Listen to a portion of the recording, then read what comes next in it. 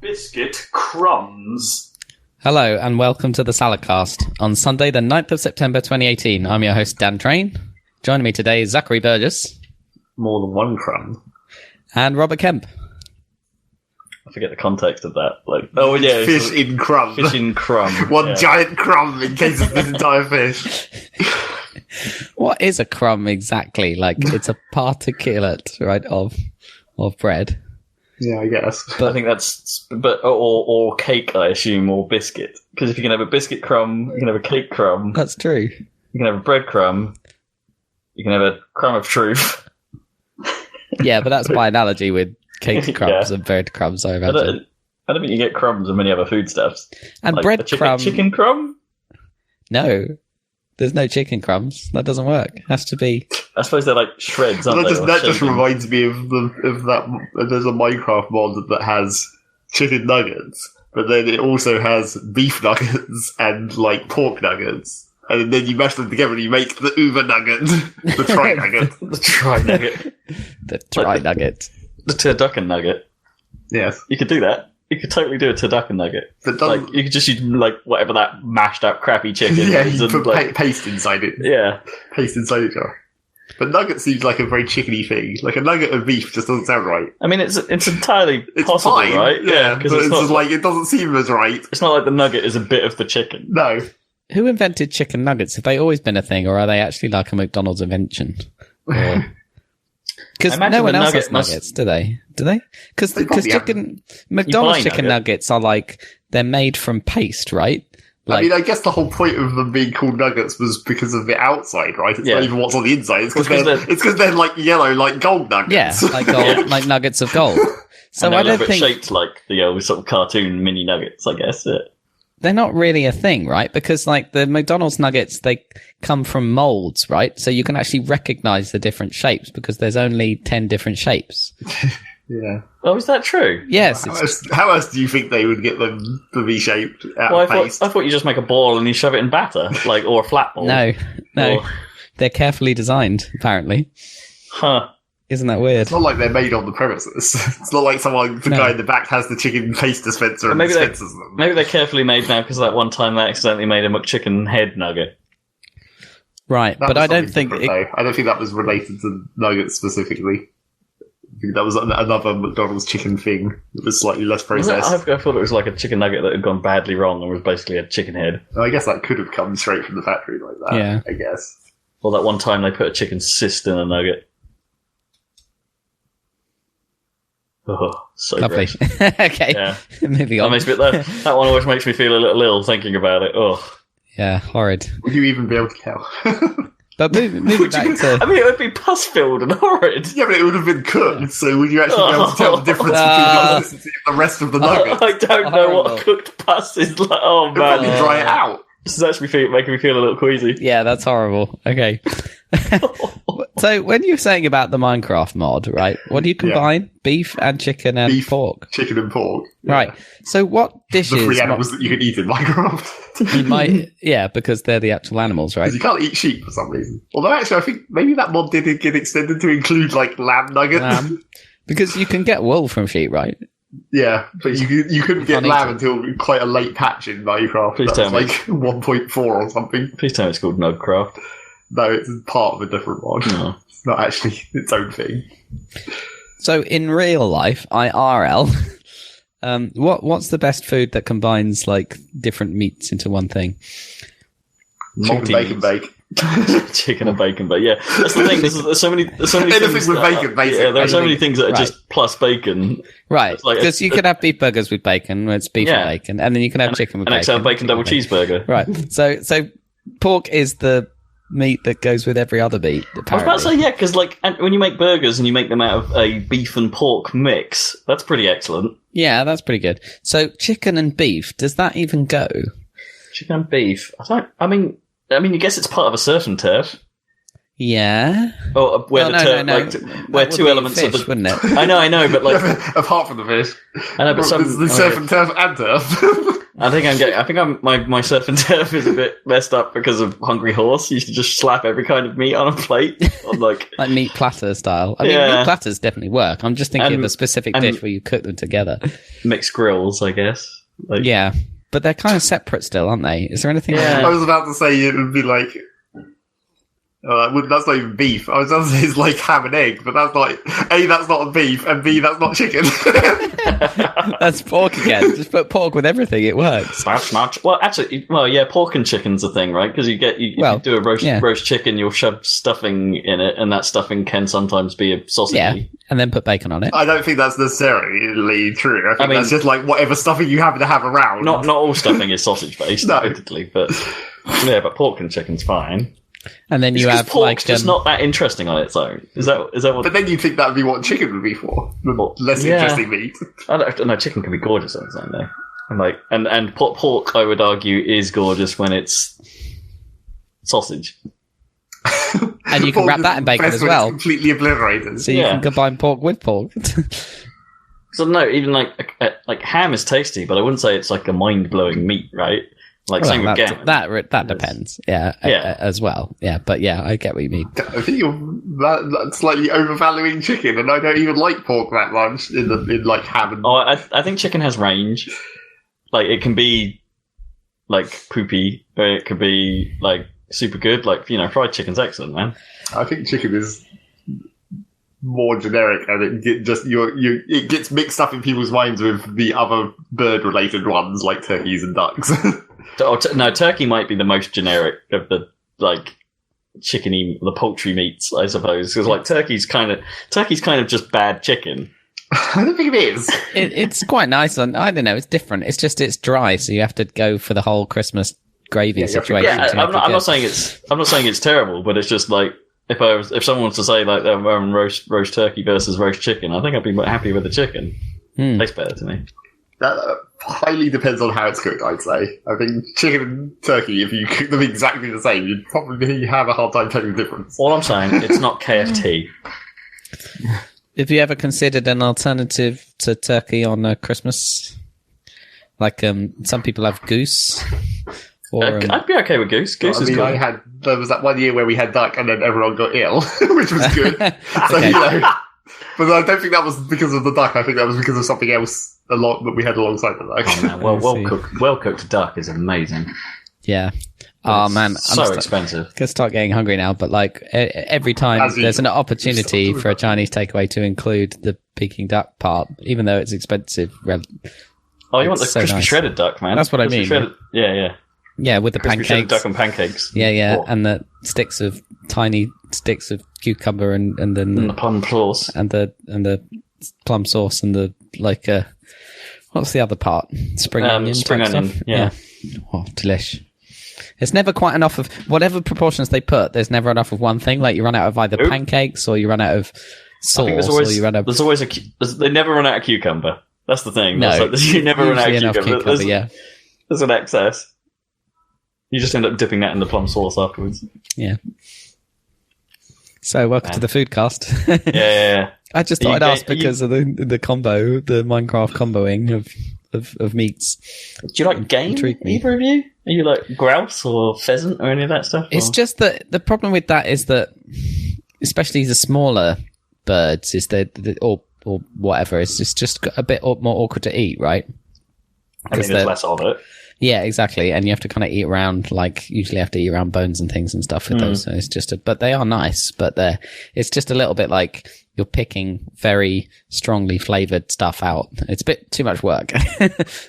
Yeah. I also everything a taste. I also still don't think any of those are as nice as chicken.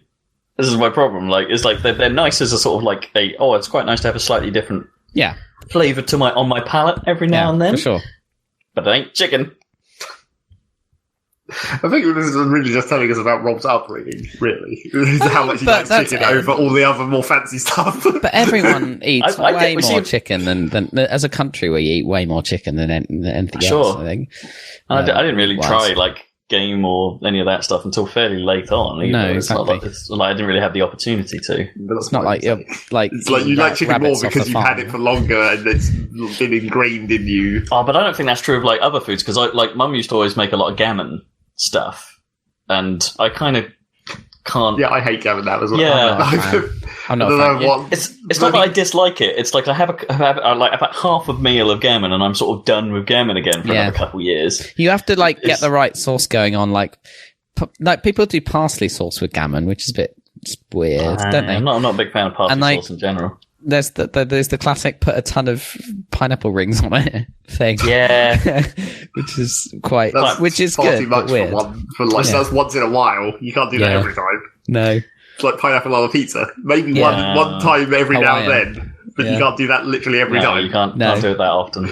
Exactly. It's like the general fruit and meat combo isn't something I subscribe to all the time. Well, that's what anyway. There are a few cases where it's nice, like as we said, the duck and plum sauce. Yeah, real good.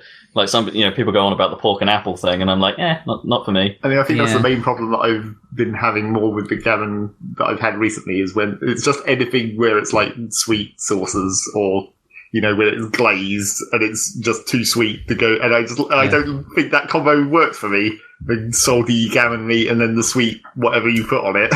I mean, that's supposed to work because of the contrast, so right? It doesn't for me. Fair dues. And then by itself, if it's just the saltiness, it's like, this is just salt. All I can taste is just a big pile of salt. That's not that nice either. Oh, I don't know. I quite like my salt. I had chicken katsu curry today for lunch. Oh, mate. But I'm pretty sure the Japanese would have pork most of the time with katsu.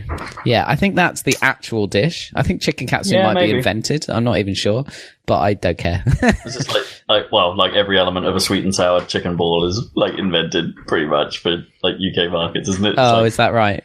Because sweet and sour sauce isn't really the way we have it. Isn't really like Asian sweet and sour. I don't think even the stuff you get from like a Chinese. It's like the fortune cookies are entirely American. We don't really have them here, do we? But they are not Chinese in any way. They might even be Japanese, I heard, inspired. Yeah, I don't know the origin of a fortune cookie. I only know that because there's a recently listened to a podcast about it. Yeah. 99% it's a fortune cookie. Yeah, they're weird. Well, they are weird in general because they're not that nice. No, they're not nice. Well, they're not meant to be nice. They're meant to be it's almost like an after dinner mint, almost. Yeah. So, it's a thing that you just have at some point in a meal, just as a throwaway little food nugget. Food nugget. It's a nugget. It's a cracker nugget. Yeah, nugget exactly. Cracker. They're not even really cookies. That's the other bit that annoys me. They are more of a cracker. That's a cracker. That's a cracker. That's not a cracker. Nugget cracker. Yeah. What else can be we haven't found it? We haven't actually answered the original question that much. What else can be a crumb? Yeah, the crumb situation. What are we saying? Breadcrumbs? Now, breadcrumb is almost a word in itself. Right? Are there any other combo with crumb words? I don't think cake crumb is a word. Well, I suppose not a compound word. No. Yeah, compound word style. But yeah, okay. Biscuit crumbs, cake crumbs. It's not how you get crumbs of crisp, are they? Why do you call the little bits of that are at the bottom of a crisp packet? Good question. Yeah, they might be crumbs. I don't know if you'd call them a crumb. No. I don't think you'd call them anything, though. That's the trouble. You probably could call them a crumb because they don't really have them. Crisp fragments. Yeah. Crisp dust. Leavings. Dust isn't bad. Crisp dust. Well, it has to be really fine to be dust. Implies that it's the coating, like of a Dorito or whatever. Or the dust. Or it implies that they look a little bit like, I don't know, little bits of skin. So it's just crisp flakes. Yeah. Flakes isn't too bad. Crispy flakes. And you can have those in the morning with milk. Everyone, just imagine getting a bag of Doritos, or maybe several bags for this to actually work. Taking the dust and crumbs that are left, pouring all that into a bowl, and then putting milk in it. Oh. A bit of me is thinking that might not be too terrible. Depends what flavour of Doritos, probably. Yeah. It'd be like you've made a savoury milkshake. Well, it's like, have you done the thing where you used like tortillas as a sort of like a coating for like food? Like you can use like crushed tortillas to be like a like tortilla crumb. Yeah, tortilla crumb, kinda.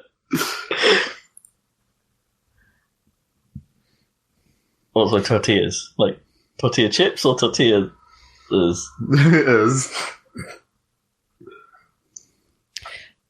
And don't forget everyone's favourite Crumb, Salacious Crumb from Return of the Jedi. Yes, obviously. What a classic character. I don't know why he counts as a Crumb, but I guess he does. Wasn't Crumb also the name of one of the monsters from Our Real Monsters?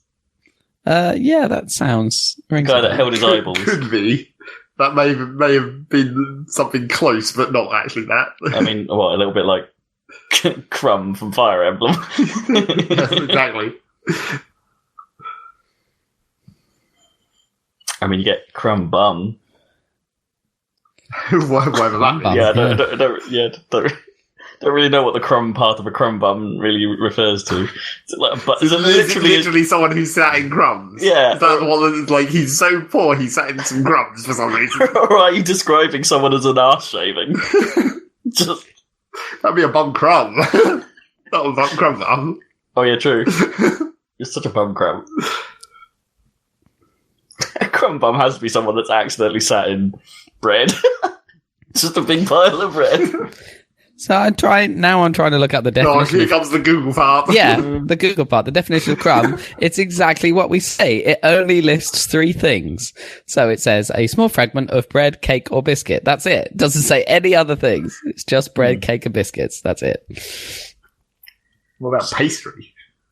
I don't know. That would be a flake. Pastry crumb. Yeah. It's a flake. Is it a flake? I guess it would be a flake. I'm pretty sure it's like a a short crust pastry. It's like short crust is more like a biscuit. Yeah. Sure, that would be. I'm not sure that counts as a pastry. Even that might just be a weird extra double rename of a biscuit. Maybe.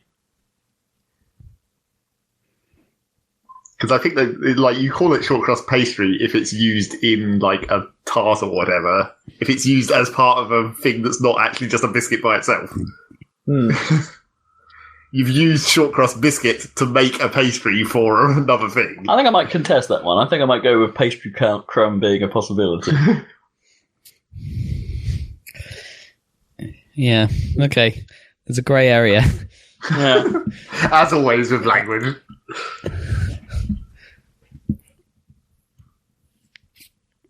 Could go for some pie. How's your kitchen pitching? Actually, not a lot to say, really. I've been typically not cooking very much while Gnome does it all. Because she's better and I'm terrible. Yep. Well, I say I'm terrible. I'm not terrible. It just takes me like 4 hours to make. You're just slow. Yeah, I'm very slow. I faff, and I make sure everything is like ready and good to go, and then clean up after myself as I go. It's what you're meant to do, but you're just not good at it to do that and do it fast. Yeah. Yeah, I guess you just have to start slow and then just do it more until you speed up naturally. Plus, I hate it. Yeah, that doesn't help. Have you got the Alexa thing in your kitchen? No, you don't. But, so all I really want from that thing is being able to like ask without touching things for timers and have multiple timers and name them, which apparently you can with Alexa. You can now. That's pretty good. Did name timers reach the UK? I'm not sure. I need to check that because there was that other thing we were talking about the other time when I was writing that Alexa skill, and it's like I couldn't. Like named lists still doesn't exist in the UK, even though they exist in the US for ages. Yeah. And it's like, so there are some things that just don't reach us. That's stupid. Yeah. Yeah. There are some things about smart home assistants that are just stupid in general. Yeah. Like, there are certain words they really don't like hearing you say. Like, we've set up a routine, like, because Gnome likes to say the phrase, like, I'm going to Bedfordshire. When she's going to sleep. So we've made a stringify flow called Go to Bedfordshire that like dims the bedroom light and then makes it fade out slowly over 5 minutes into nothingness. So it's quite nice as a sort of calm down thing, and but it doesn't like hearing the word Bedfordshire. Like it sometimes says bed to cheer, or bed of cheer is a fun one. Bed of cheer. It's like, welcome to my bed of cheer. Nice. So I made another one that's just called Go to Bed. Like, she could say either phrase. It's more likely to work if she just says go to bed. Yeah, basically. I think it said show of bed once as well. Like, it got that wrong. So how does go sound like show? There's a lot of sh in show. Yeah. It's like I have to put on like a posh accent to make it work. Sometimes. It's just racist. Well, you get that awkward time where someone's actually, like, because the hue lights have to be turned on at all times in order to actually work properly. You get that time where someone's actually turned it off at the light switch and you're like, asking it to turn on. It's like, why isn't this working? And then you stub your toe on something because you're in the dark. Right. You have to like tape over the light switches so that you can't use them. Yeah, pretty much, yeah. So don't touch it. Don't ever touch it. Just leave it as it is. It'll be fine. I got some one of those light strips to go behind the telly. Oh yeah, which is kind of fun when I sync it to the PC and it's going crazy, go nuts for whatever's on screen. What's on the PC screen? Oh, I see. When you're watching, when you're using your PC through the TV. Yes, you can, because like I guess it's a bit tricky to intercept the signal to then figure out what colour's on screen and all that jazz. It's like, at least with the PC, it's like, oh, I can just look at the screen and I'll figure out what to do. And there's an official Hue app to do that. Right, yeah. And it will just, so you can play games whilst the back of your TV changes colour, which is kind of nice in some cases. Yeah, fancy. But, not always perfect. There are some things where it detects something a bit off and you'll get like a flicker that's a little distracting. But sometimes it's really cool. Like, you'll look up at the bright sky and it will just be all like, oh, I'm going to put some whitish blue bloom behind the screen. And it's like, that's nice. Or something will suddenly flash in an explosion and everything will turn orange for a second. And it's like, oh, that's cool. Yeah, that's good. But yeah, not a perfect science. There are other apps I've found that seem to sometimes do a better job at averaging out the colour across the entire screen. And so you get a slightly smoother effect, but they don't work in all cases. Like, they can't...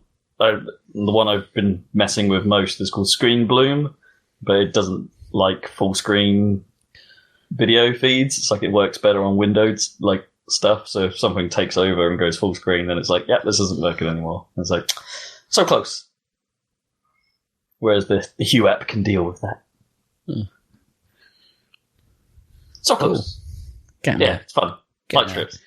It's like early days with this stuff, but yeah. And I've had and I've been stupidly on another one. I'm going to buy a TV. It's like, that's currently like forefront in my mind again at the moment.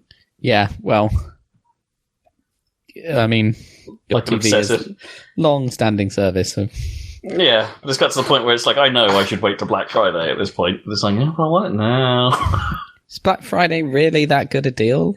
Like, see, I don't know. Like, I think it's like, it can be, but I always seem to remember like the sales and deals and stuff only seem to ever affect like sort of either crappy to mid-range TVs. Yeah, exactly. Well, that is the point. And I don't want a crappy to mid-range TV. I want a good one. I think if you wait till then, you'll be disappointed by when there's no discount on when it actually happens. Yeah, because I've dialed in the exact one I'm going for now. Yeah.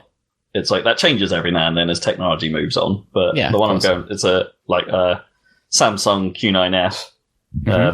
Such as it's QLED. It's not OLED, but like there's which is their fancy name for, hey, we made LED and LCD pretty good now, right?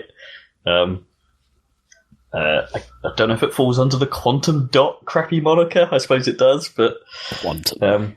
But they don't call it that. They call it QLED, and it's like, it really is very, very good now, and it's super low latency for games. If you turn game mode on, and like near OLED quality. It's not quite as good blacks, but pretty damn impressive stuff. And you don't have to worry about the whole potential, quote unquote, like burnout burn-in problem that OLEDs may have with obsessive gaming sessions. Mm-hmm. So, it seems like the better choice for long term. And it's Samsung, so it might eventually play into my smart home plans because of smart things. So yes, TV buying advice. That's my top tip at the moment. Now I just need to make Gnome comfortable with the fact that it's probably going to be 15 inches wider. Right, yeah. I mean, but no bezel in comparison. No, so a good few inches of that won't matter. It would definitely sit lower on the cabinet as well. But we're probably going to get like a slightly less tall coffee table and not a coffee table but TV stand, and I'll have to be a little bit more intelligent with how I organise my cables. Yeah. Maybe have slightly less stuff back there. Yeah. Slightly spring clean your pile of consoles and amps and stuff. Might have to retire the PlayStation 3. Also, TV stands, right? If you ever look around for TV stands, all of them have doors in them now. Right. It's very hard to find one that doesn't have doors. I don't want doors. I don't want to close in my kit because take them off. It might overheat. Oh yeah, you could just not fit them. But I'm paying for a door I'm not using. Yeah, I did look for TV stands relatively recently. Got one from IKEA in the end, but furniture, it's like wild variation in price, and quite hard to find just exactly what you need. You want. Yeah. Yeah, I mean, there's some limitations based on the kit I have. And I see what the majority of furniture is made for people that have let's say the least demanding audio-visual requirements. Right. Maybe they'll have a skybox and a DVD player and that's it. And it's so it works for them. Anyone with a console, suddenly things get a bit, or however, how many under my TV at the moment? 4. 5 if you count the Switch. So there's 5 consoles under my TV. It's I'm a little bit demanding for space and I don't really want to enclose any of those in doors where they might have a cooling problem. Yeah. And there's no need for glass doors or doors in general. What do they help? They don't help. No, they don't really. I suppose they make things look a little sleeker. You don't have to seal the kit, but then you can't put kit that needs a remote control in there. Yeah. I'm demanding, I know, but I just don't want doors. Yeah. Exactly. IKEA might be, as it turns out, might be the best option, but it's but then everything will have to look like Billy bookcases. Well, that's the trouble, isn't it? Everything ends up looking the same. Yeah. Never mind. I hate furniture. Furniture in general it just annoys me. There's something about I just never really, as you said, the pricing part of it. I've never fully understood why furniture is so expensive. I know proper wood has got well pricey. Yeah, well, I get why over the last couple of years, but that's fine if it's a sort of super nice wooden wardrobe that's going to last I don't know, 150 years or something potentially. Sure, yeah, which it could, right? But otherwise, it's I don't know. IKEA's got the right idea, I think. Wood enough. Yeah, wood enough. It's wood enough, mate. Wood enough. I don't know. Maybe that's just me. I just realised I missed a pretty good news segue. Probably 4 hours ago. Let's segue into the news. Hey, Alexa, right? Yeah, apparently it does. It's responding to you. Has it shut up yet? Or is it going to say, I don't know that one? No, it gave up. Good. Yes, it's now officially a thing, other than the rumours that we had heard before, that a Lady A support will be coming to Xbox. It's currently in the tester's ring. Lady A. Yeah, that's one of the common ways to not say it and confuse everyone. Confuse everyone's devices. Lady A. Okay. Lady A. Or Amazon, I suppose you could just... but you can make people's... Amazon can be your, Echo's listen word. Oh, so you can say, hey, Amazon. So you can say, hey, Amazon, or just Amazon, yeah. Lame. Along with computer. I would have computer, even if it kept going off at random, just for the Star Trekness. I suppose not. Yeah, and not many people say the word computer in context anymore. Like, no, or out of context even. It's like it's a PC, it's a laptop, it's a phone. Yeah, my computer. But then it's more. Can you say just the word, like in Star Trek? Computer. Yes. What is the thing? Yes, you can. I think in fact that's the preferred way. I would definitely do that. Because I think it tries not to detect it if you say it mid-sentence, in the same way that the old Xbox Connect stuff tried not to detect it unless you said it on its own or at the start of a sentence. Because it makes it seem like your house has a central computer, which it doesn't. No. Like a starship. It's got lots of little things. Which is partly probably the problem with a lot of smart home kit. It's all little things rather than a brain, which is what hubs are supposed to be, but even they are flaky. Anyway, so Lady A support will be coming to the Xbox, so you can control it through your Amazon devices. So can you turn it on and off with the... Also. Yeah, that kind of stuff. Apparently they're going deep in that, most of the Connect commands will be supported. So it's not just it's not just that they're having simple smart commands thrown in. They're actually going to make it so it's a relatively decent Connect or headset mic replacement. Does that mean you can unplug your Connect and still talk to your Xbox through the... That will be the hope. I will be quite okay with that because my Connect's been busted for a long time, and that it sometimes works, but most of the time is off for some reason. But when it works, I love it. And I still love it. I still love the camera sign in. I think is still one of the best things they did with that thing. I love that. But it's interesting because I basically have that on my phone now. That's kind of what Face ID is on the iPhone. Yeah, but I don't really like it on a phone because I don't like having to hold it there, and it takes that a little bit too long to function on the devices I've used. Maybe the iPhone X is different. I don't know. It's pretty insanely fast, but you do have to point it towards your face, which is a bit annoying. Yeah. Whereas, when you're sat in front of a TV, you're sat in front of your TV, right? You'll be in view. So the fact that works most of the time, when the camera's working, is still fantastic. And I love that. That is very smart. And I kind of, as I say, it's a shame the Connect is dead for numerous other reasons. But that one thing is genius, especially in the TV context. But anyway, yeah. Even without all that stuff, like having voice control back will be nice. So yeah, something to look forward to. But it's only in the testers ring right now. That doesn't mean it's in the insiders. I didn't realize the testers ring was different from the insiders ring. It's like the testers ring is like their exclusive, like invite only ring. I think, like almost like developer style. And then it goes to the insiders ring, which I think is like a sort of opt-in thing. And then maybe you get to preview, which is like the guys that want early builds on their home ones, like where anyone can enter. So it's probably still ages away. But the rumors were true. It's happening. Interesting.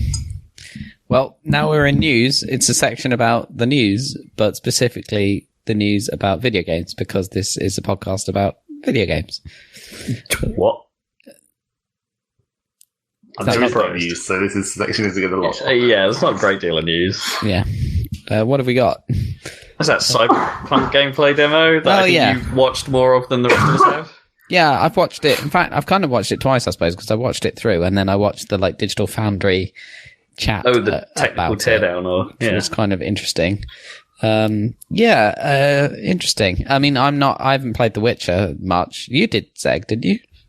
I played that for 2 hours. Oh, really? And the second one. Yeah, it was Witcher 2, wasn't it? Yeah. So I haven't played Witcher 3. Okay. Well, yeah, so from my perspective, it's this looks sort of Deus Ex-y, but with bigger scope, right? So less contained Metroid-y areas, and it looks like much more expansive city, right? That you can literally drive around from what it looks like, but it's quite hard to tell. It kind of looks like, for example, the lighting they were talking about in Digital Foundry, and this is apparently true in Spider-Man as well. It's not going to have it's probably not going to have a true day-night cycle like a GTA, but it will be the lighting, the cycle or the time of day changes based on the story. The Spider-Man system I think is pretty clever actually. So they can still have control over when things happen, but it doesn't necessarily feel forced. Yeah, and just by stopping the clock whenever you're not in a mission. It's also quite useful, I suppose, if you like, as people were saying, it's like if you want to go around and experience things at a specific time, you don't have to you don't have to try and fudge it, or time it or anything like that. It will just be like that, and it's like, okay, now go do the thing you want to do because you'll be fine. So that's cool. So I think Cyberpunk will go that way. So it's like, it was interesting because they deliberately did the city stuff, walking around the city and everything in sort of daytime / sunset. The sunset looked really good, but they were like, oh, okay, because Deus Ex has always done a thing where it's just always at night, right? Because like all those movies are just always at night. Yeah, that's true. I mean, they sort of fudged it because you were like jet setting in your insanely fast supersonic helicopter thing. But it was, the reason was because that engine would have looked like shit in the day, looked bad enough at night, but it would have looked like absolute shit in the day. But also Cyberpunk, right? It's always raining and it's always nighttime, right? In Blade Runner or in all of those films and games. So it was kind of interesting that they went out the way to say, okay, we can do Cyberpunk in the daytime. And I thought they pulled off that aesthetic relatively well from the looks of it. You could say that they've learnt a bit from, was it the last Blade Runner film was sort of daylight in places? Or at least foggy day, but yeah. Yeah. Well, this didn't look like quite as much ecological collapse as in that film. No. In this universe. It looked a bit more fine.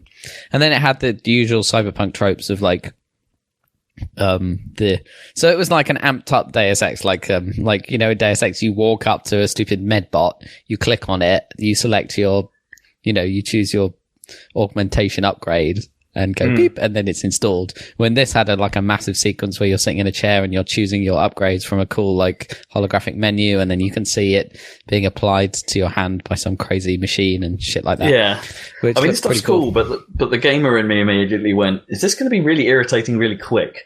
Right, having to get through this will be fantastic for a first time like environment setting thing. But if I have to do this every time I want to swap something out, is it going to be annoying? Yeah, is the role playing part of this going to get frustrating?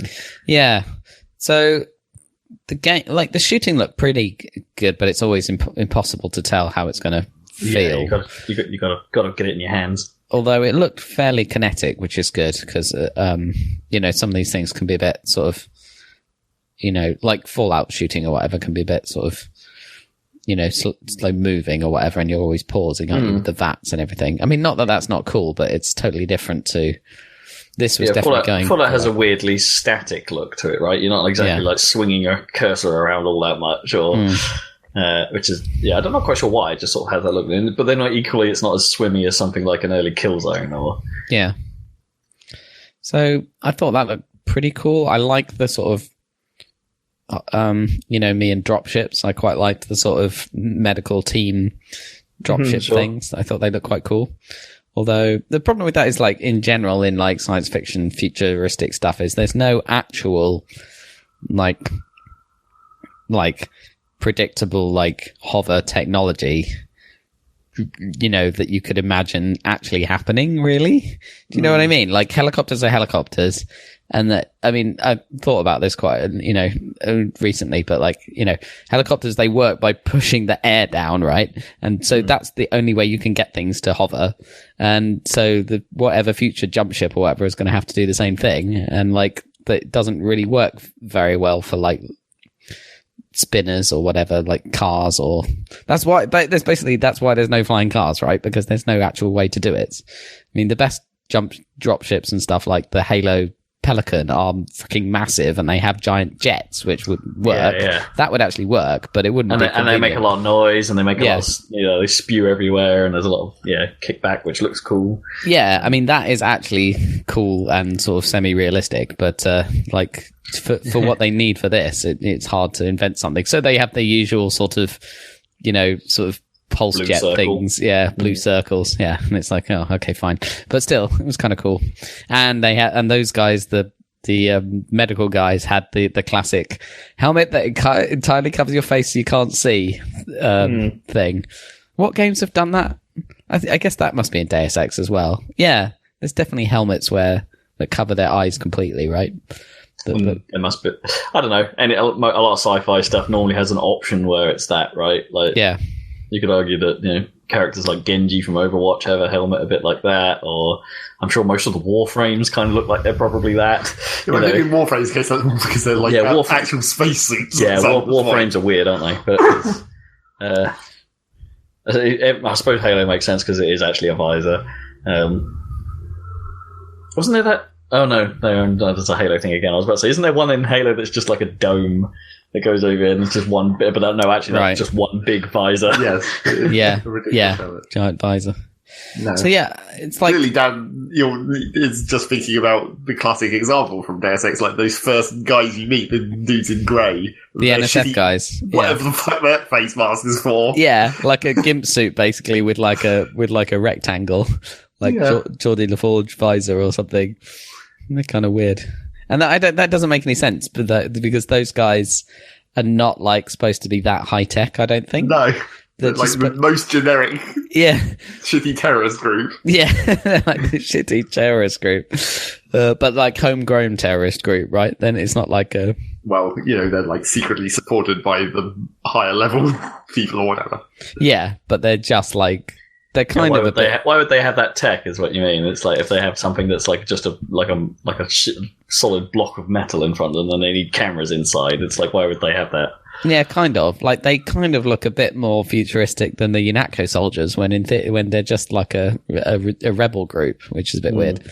But anyway, not that they don't look sort of cool, but it's just weird. Anyway, yeah. So it'll be about the... I'm just worried that it will be just a little bit... when they've put a lot of effort into something and stuff and the world is well realized, but there's just something slightly off about like the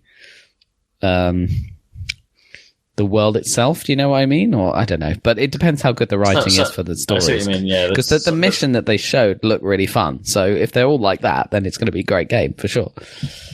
Yeah, I know what you mean. There's some detail about how the universe actually functions. You mean that once you realise it, you're just like, oh. Yeah, that would never be a thing. It can't possibly, even within the realms of science, fantasy, or fiction, or whatever spin you put on it. It's just like there's a little detail in it where it's just like, yeah, no, that breaks everything. But it does look like it's going to be expansive enough to have multiple themes. That was my problem with like later Deus Ex games, like the Human Revolution and stuff. Was they just doubled down on just talking about the augmentation theme, and it's like the original Deus Ex had like a million different conspiracy theory themes going on and a ton of different stuff going on. And they focus more on the political struggle, the haves and have-nots, right? Whereas exactly. This will be more. I imagine there's plenty of scope for the nuance because you could tackle every science fiction thing in this, basically, right? Like existence and how your place within it, how much of it is really you anymore, and how much is the machine, how much control do you have, and there's all that kind of psychological stuff you can really dig into with this stuff. That's not a little bit deeper than just like I got a gun in my arm. Check me out. I can see further than you. Doesn't it suck to be you right now? I think I read something quoted just today from one of the developers. I can't remember. I think it was this game saying like, you can't save the world in this game. You can just save yourself, which is kind of a weird line, but it does mean that I do like the idea that it's a story, although it has meaning that's in a world and isn't about the world, that was my problem with Blade Runner, the recent one. Was the first Blade Runner got too big? Yeah, it had to be about the entire world, whereas the original one wasn't. It was just about Deckard. Deckard and these particular Nexus 6 and their struggle, and it was just took place in the world, but it wasn't necessarily about. I mean, the most it got about the world was the fact that they killed the main Elon Musk guy, right, who built them. Yeah, sure. Yeah. That was the biggest consequence in terms of the actual whole world, whereas the newer Blade Runner was all about the androids as a race or whatever and all this stuff. Yeah, the evolution of the species. The evolution of humanity. It's got a bit big. It still works as a film, but it's a bit big. Oh, it definitely works. Yeah, but it's not necessarily what made the original great. Yeah. I know what you mean. It's like I've said this example plenty of times before, but it's the Gears of War effect for me, where I think I like Gears better, where it's not about the big picture. Where it's like, yes, your squad in the first Gears game, yes, your squad is doing an important mission, but it's not the be all and end all of the entire race at that point. It's just a Pretty close though. They make it seem like it's very important, but it's like you don't know, like, well, I guess it was, you don't know the scope of the greater world at that point. Technically, throughout the majority of the game, it seemed like it was going to be about the whole world, and then at the end, it's like, oh, well, that didn't actually work as well as we hoped. Yeah, that's that too. Yeah, and it's like I like that feeling of. I mean, it's what makes a lot of the better superhero films work, in my opinion. Is like it's not about the destruction of the Earth; it's about it's about a personal struggle that superhero is going through, and it's much smaller stakes, and it's like those ones work way better generally. Yeah, agreed. So we'll see. I think that will be true. If it looks like that's going to, no matter how big and epic and sweeping this Cyberpunk game is in terms of the scope of the gameplay, it looks like the story's not going to be like that, which is cool. I like that. That's neat. Yeah, it'll be interesting to see how they pull that off. Yeah. Because you don't, because the trouble, I suppose, with that is you don't necessarily want it to feel like it's pointless either. Oh yeah, you don't want to have to go through it, get to the end, and be all like, I had zero impact on this, and it's like, or maybe that's what they're going for. I don't know, but no, I wouldn't have thought it'd be that. Just not like the entire world. Cool. Yeah. So we'll see how that goes. Looking positive. Yeah. How do you feel about? It's immediately apparent to me, and I know this is kind of a Witcher thing anyway, but they seem to have been leaning very heavily into this is an adult game. Yeah. What, like? And I don't. Yeah. I mean, yeah, immediate boob shot. And I mean, and like that's kind of fine in context. Like the nudity, that's all right. I can, for the setting they were going for in that scene. It's like, yeah, it probably would be like that. I'm okay with that. That was okay. But they drop a C-bomb in the trailer, and there's like it almost. I think it's stepping the line a little bit into what feels gratuitous to me. Yeah, well, and it's like sometimes the worst is when they use it and it seems embarrassing, right? It can definitely happen, right? I mean, I did get a little bit of that vibe. Yeah, from what I've seen, like even just a couple of bits of dialogue, I'm just like, that seems unnatural and unnecessary. Yeah, well, we'll have to see. I mean, yeah, because some games do it well, but it's not that. And for films sure as well, obviously. But it's quite. It takes some care, right, to do right. And I don't know about the tone. I definitely agree. I'm not sure about the tone just yet. In that, I didn't mind the nudity thing. That's fine. But yeah, I get what you mean about the dialogue. Because you want it to be like gritty and believable or whatever, but you don't want like F-bombs fight every second for the because it just gets grating. Yeah, it does. It definitely does. Like even in films that are fairly swear heavy, they tend to limit it to like a couple of characters. That's just how they are, and then the rest of it kind of balances out. And it's like it doesn't have. I mean, even Guy Ritchie films that are just full of it, right? It's just like there's a certain rhythm to it that keeps it fine, and actually like the punctuating effect of swearing is maintained. Whereas I don't know, it's super early days. That's a very like snap judgment on like a couple of lines. I know what you mean though. It is kind of a warning sign, I think, potentially, because that's the worst. Is like when you have the universe you can't take seriously. That's always the danger. Is you especially if you're going hard on role playing. You undermine it by making it something that out of place or stupid. There might be some corollary to touch on later. Cool. With that idea, with that thought. Okay, what else we got? Good question. Should we talk CCP briefly? Yeah, I mean, I don't really understand it 100%, but Zach, do you have any insight on what's going on? Or no? Okay, so I guess it hasn't affected the game then at all yet. Well, you would hope it wouldn't. No. So CCP, creators of EVE Online, have been acquired after well over a decade of being independent and sort of being very proud of their independence. They're now owned by, what were they called? Pearl Abyss? Is that it? Right, yeah, like Pearl Abyss. Who are the makers of Black Desert Online. Black Desert. The Black Forest Ghetto of MMOs.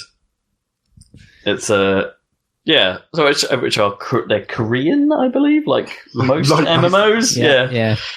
And I guess there's some business logic to it, right? In that, a bit of me thinks that EVE is like mostly American and European, right? And it's I know, but like in terms of the player base, it's mostly European, not really American at all. Okay, so they never managed to make much of an impact in the American servers. Ah, interesting. And China, of course, they have their entirely separate server for that. Right.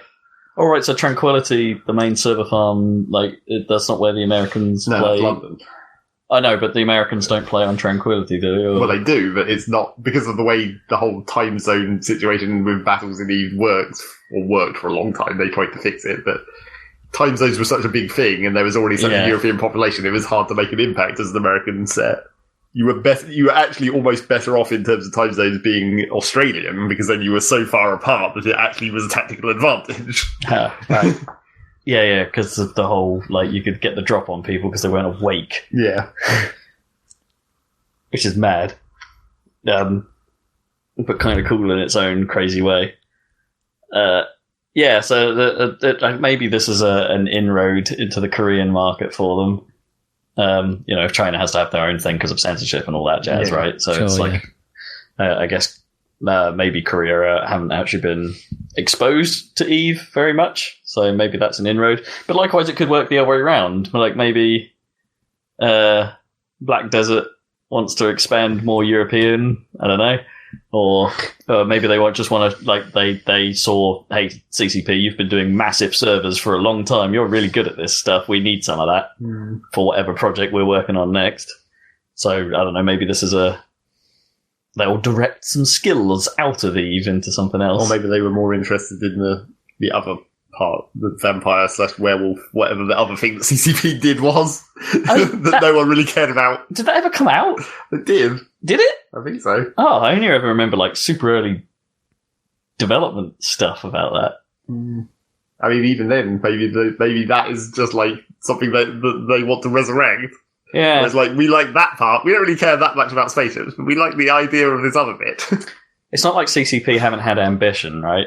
They're probably one of the most ambitious MMO developers out there. What with their links to the failed Dust experiment. Yeah, but that doesn't imply that they'll necessarily have that much of a plan. It's just they have ideas, and then they can't execute them because they're not really big enough to pull it off. But then also they don't have enough ideas that are based directly off EVE. It's that's a very small market. Yeah, that's why Dust failed, really. Not just because it was not a great game, but also you didn't have a starting player base. Yeah. Oh, I get. Yeah, Dust failed because it just wasn't that good. Primarily, we have to, when you're always having a look at these projects, you have to primarily look at that. Right? Yeah, but the game doesn't hang on its own. It would have helped if they'd had a population come from EVE to it. But then that was actually liked it. But then that was never going to transfer like that, right? The EVE players were always going to be EVE players. That was the whole problem. Yeah. That was why it failed. The EVE players needed to pull their friends in to play Dust to get jobs done there, but it's But that doesn't make sense. You can't tell your friends to play something completely different from what you're playing. That's not really the idea of what friends are meant to do. You're meant to play the same thing. Yeah, it depends how asynchronously it could have ever worked, right? If there was an active, if you're in EVE and you're literally watching a Dust match unfold, but then isn't that player actually just playing Dust, but in a different way? Well, that was really what we kind of said at the time, and also is the theoretical game idea that would do that is at a certain point you can't make it 2 games, you just have to make it 1 game, but then that wouldn't have actually worked. Star Citizen. Yeah, exactly. You have to put the FPS inside the MMO and make it a separate mode. Just the same with like when we were talking about how what if they integrated the EVR thing into actually when you made it so that the VR combat was actually part of the game. Oh yeah, of course, Valkyrie. Yeah, Valkyrie still seems cool, even if it isn't much of a game. Well, yes, I mean it's a good VR thing. Yeah, that's about all you can say. The VR stuff. True. If it's sufficiently good, then it's cool. I don't think that's. I mean, that is just the blanket rule for anything. It's sufficiently good. It's cool. Well, actually, no, that's not true. Like, you could say something can be really, really good at what it does and very much not be cool. Yeah. Because perhaps you could argue that Crocs are very good at what they attempt to achieve, but they're definitely not cool. Haven't they gone bust? Have they? I heard something about that. Probably too many jokes. Too much comedians. Too much comedians. Grammar. Yeah, so that's that. Grammar. Sentence fragment. Consider revising.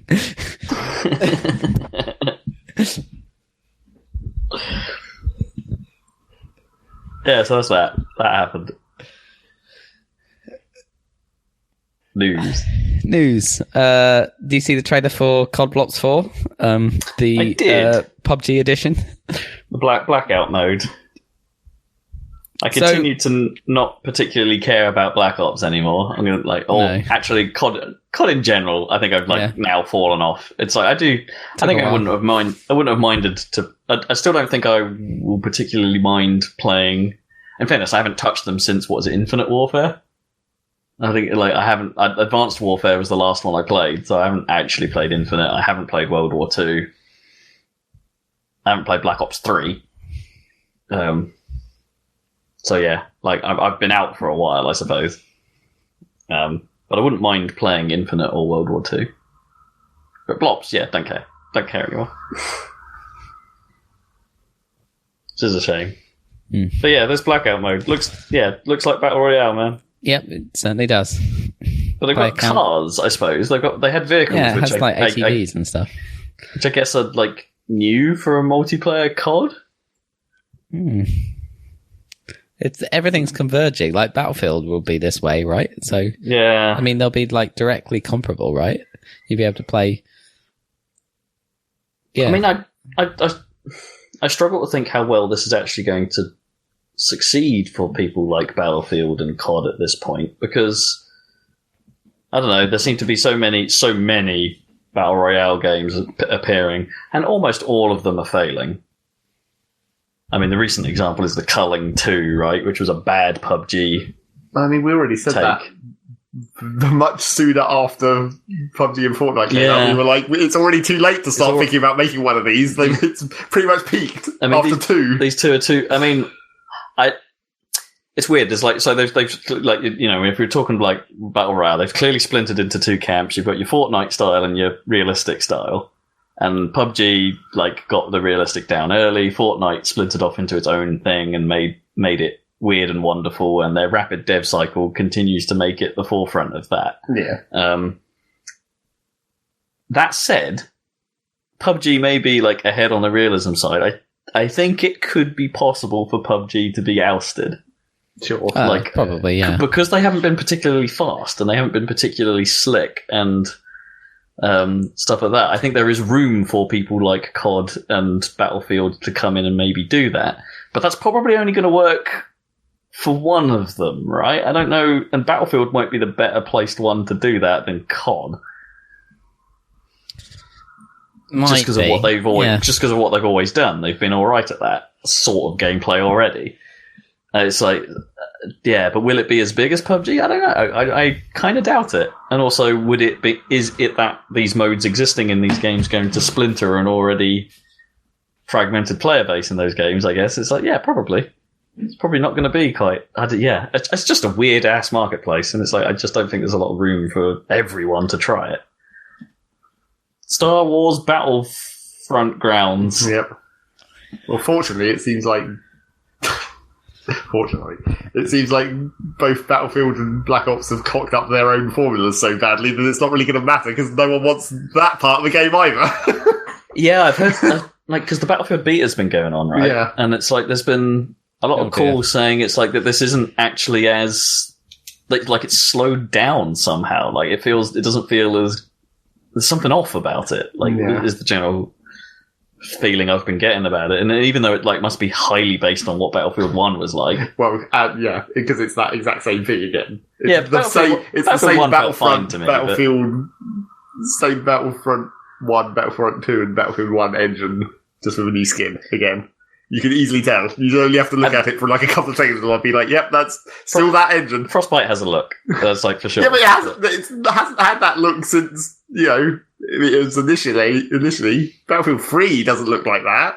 I guess, yeah. Modern Frostbite has a look, let's put it that way. Well, it's not just the look of it, it's like the way it plays now. They've made that one standardised FPS movement system, and now they're using it every time, and it's not actually that good. So I thought I guess it's only noteworthy now because like it hasn't necessarily been critically a problem, as in people playing Battlefield 1 didn't seem to mind it too much. I don't think like the movement in general is considered the bad thing about the Battlefront games. Well, it's interesting that it's being raised now. I think for some reason it fit better with World War One's aesthetic.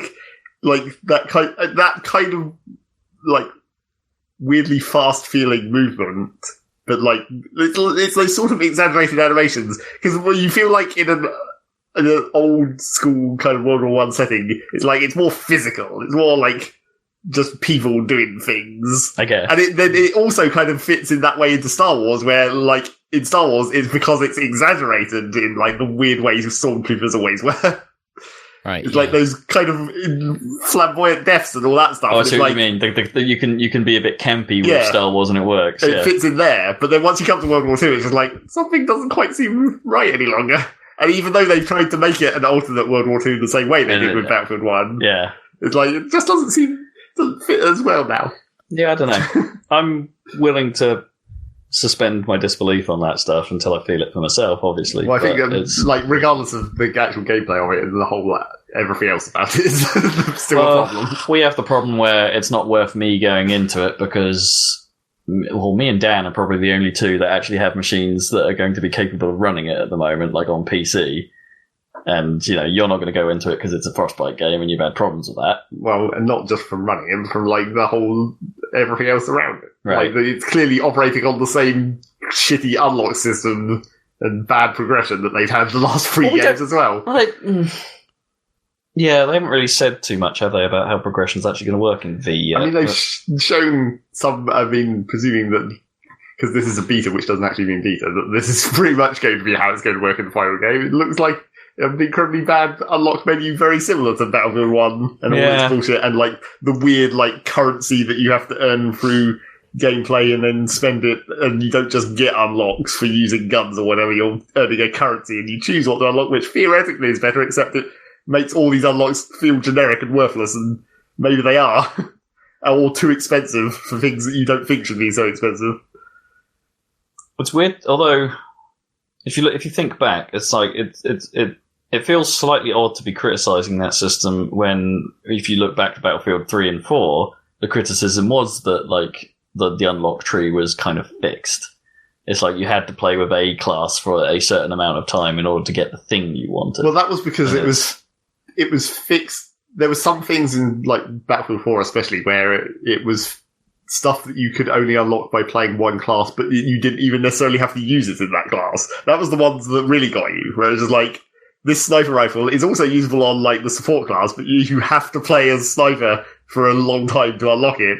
And because you're using a sniper, you actually don't want the snipe. You're doing like weird gun and run snipers with SMGs and stuff, and it kind of fucks up the whole idea of the class. No, I didn't mind that side of it. I thought, it's a little weird. You perhaps should have been on the support tree as well. A rifle that could have been used in either class, right? Like, you should have been able to earn it either way. But that's a minor detail in this whole thing. I mean, it's kind of the fixed order thing. Like, say there's a scope you're really after for a specific gun, that because you unlocked it elsewhere, and it's like, okay, this gun's awesome, but I would really like that scope for it. You've then got to go through like 20 hours with that gun to get to that scope. Well, it was because they tried, which CoD has done as well, because the unlocks were kind of generic. Like, it was always the same scope or whatever, but just slapped on a different gun. the way they tried to make it more logical for the classes because they didn't always unlock the same attachments in the same order for different guns, even though they were the same attachments. It was like in this, if you're playing with a sniper rifle, you get the 8x scope immediately, but if you're using a shotgun, you get the 8x scope right at the end, because who the fuck would use that? But that's where it made sense. But there was ones where it was like randomized for no apparent reason, and you were like, I really would have preferred this scope, but it's right at the end of the unlock tree for this gun. It's weird because in a strange way, I'm not disagreeing with you. I actually there's something a little more satisfying about that fixed system than the current systems you get in games. I don't really understand why. It's like logically, I'm going, this feels like a problem, but actually at the time when we were playing a lot of 3 and 4, I seem to remember being like kind of just totally okay with it. I mean, even and being kind of happy with like, I've got to work for this. And then when you get it, they're like, it's like, yes, I earned it. And it's like, it's weird. Well, I mean, even when it was like stuff that wasn't necessarily what you wanted, it was just progress. That's always a thing that was at this point the old school way of incentivizing you, was just a bar going up. That's all you needed. Sure, the numbers go up. Whereas now you're just getting this generic currency, which doesn't feel as valuable because it's generic across everything. It's not working towards one specific thing. It's not like a rank. So it doesn't feel as valuable. Yeah. Whereas when you were playing like Battlefield 3 and 4 and you were putting in the time with one specific gun because you wanted the next unlock, it was like, oh, now I'm actually making a bar go up. What me wonders is like if they'd actually put like a proper UI on Battlefield 3 and 4 and not that crappy web browser. But then, like, did Battlefield 3 and 4's unlock system only work because of the web browser? I'm now having a little fight because of, like, did that crappy system actually make the unlock system manageable because PCs, you could just, like, fill the screen of info? And, well, I mean, which a console can't necessarily do. That was why those games didn't really do as well on console at the time, probably. Yeah, maybe. Just like, it's too much effort to... Because I definitely remember when... I think it was probably 3 when that first came out on console. People were like, Jesus, these menus. I can't even work out how to navigate to equip a weapon. Yeah, or lack thereof of menus, yeah. I suppose. 3 didn't have any, did it? It was entirely web-based. Well, when they went to console, I think they implemented an in-game version, didn't they? They must have done. Yeah, you're right. I seem to remember that happening. I keep forgetting that 3 and 4 must have been on console. It seems so stupid. Yeah. I never actually saw what those menus were like, though. I don't think. Yeah, but I think like the generic currency just feels worse than bars going up somehow. Even though technically it should be better for the player because you get to choose what you get to unlock. But then, of course, currency always has the suspicion. It's like, are they setting up to bring back microtransactions? I think EA would stay well clear in 5. I think that microtransactions are going to exist. I think they've said that they will be there. But, for cosmetics. But for cosmetics, yeah, like no. Although I think I heard someone say that you use the same currency for cosmetics as the attachments, which wouldn't. Oh, I mean, maybe that's an option. Back. Maybe that's an option. Like you can spend your game currency on cosmetics, so you've got a way of doing it for free. Sure, but then they wouldn't be able to have the microtransactions just give you the currency to buy the cosmetics. You'd have to buy the cosmetics directly, or have a separate currency. Yeah, there'll be a 2 currency. I bet it'll be double currency.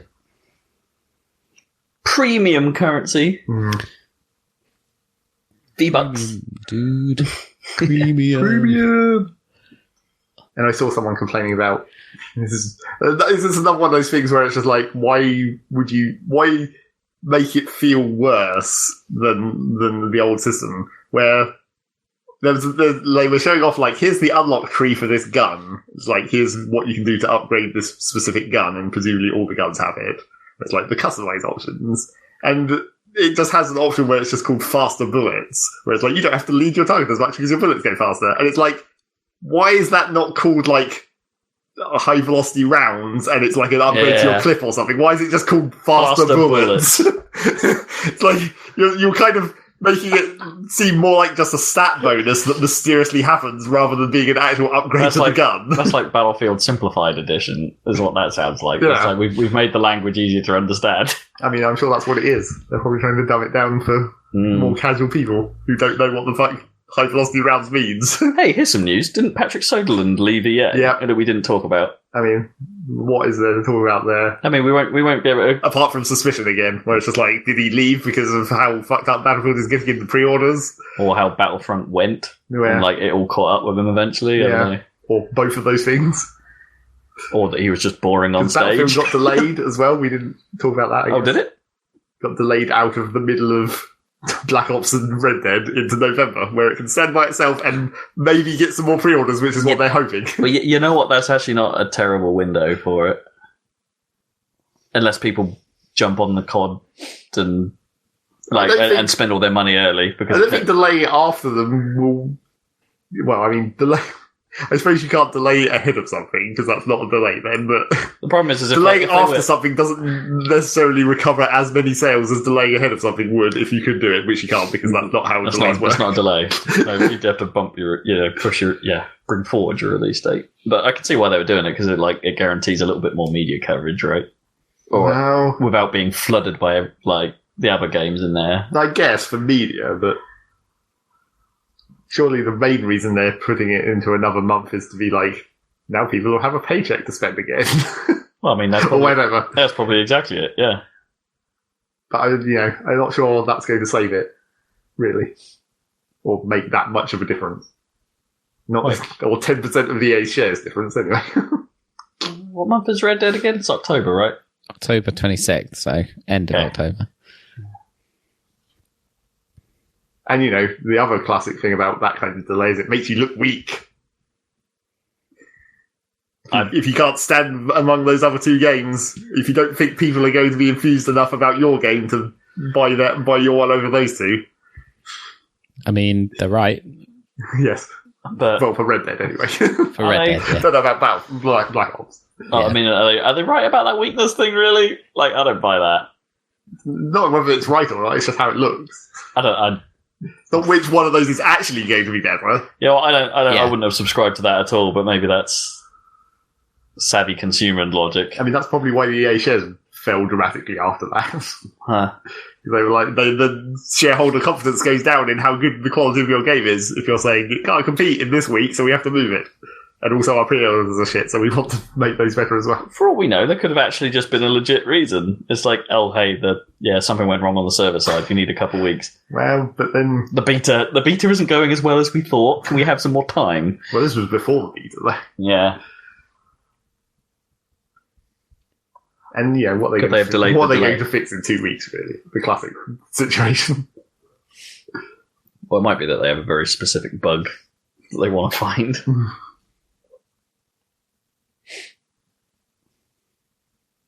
Game breaker of some description.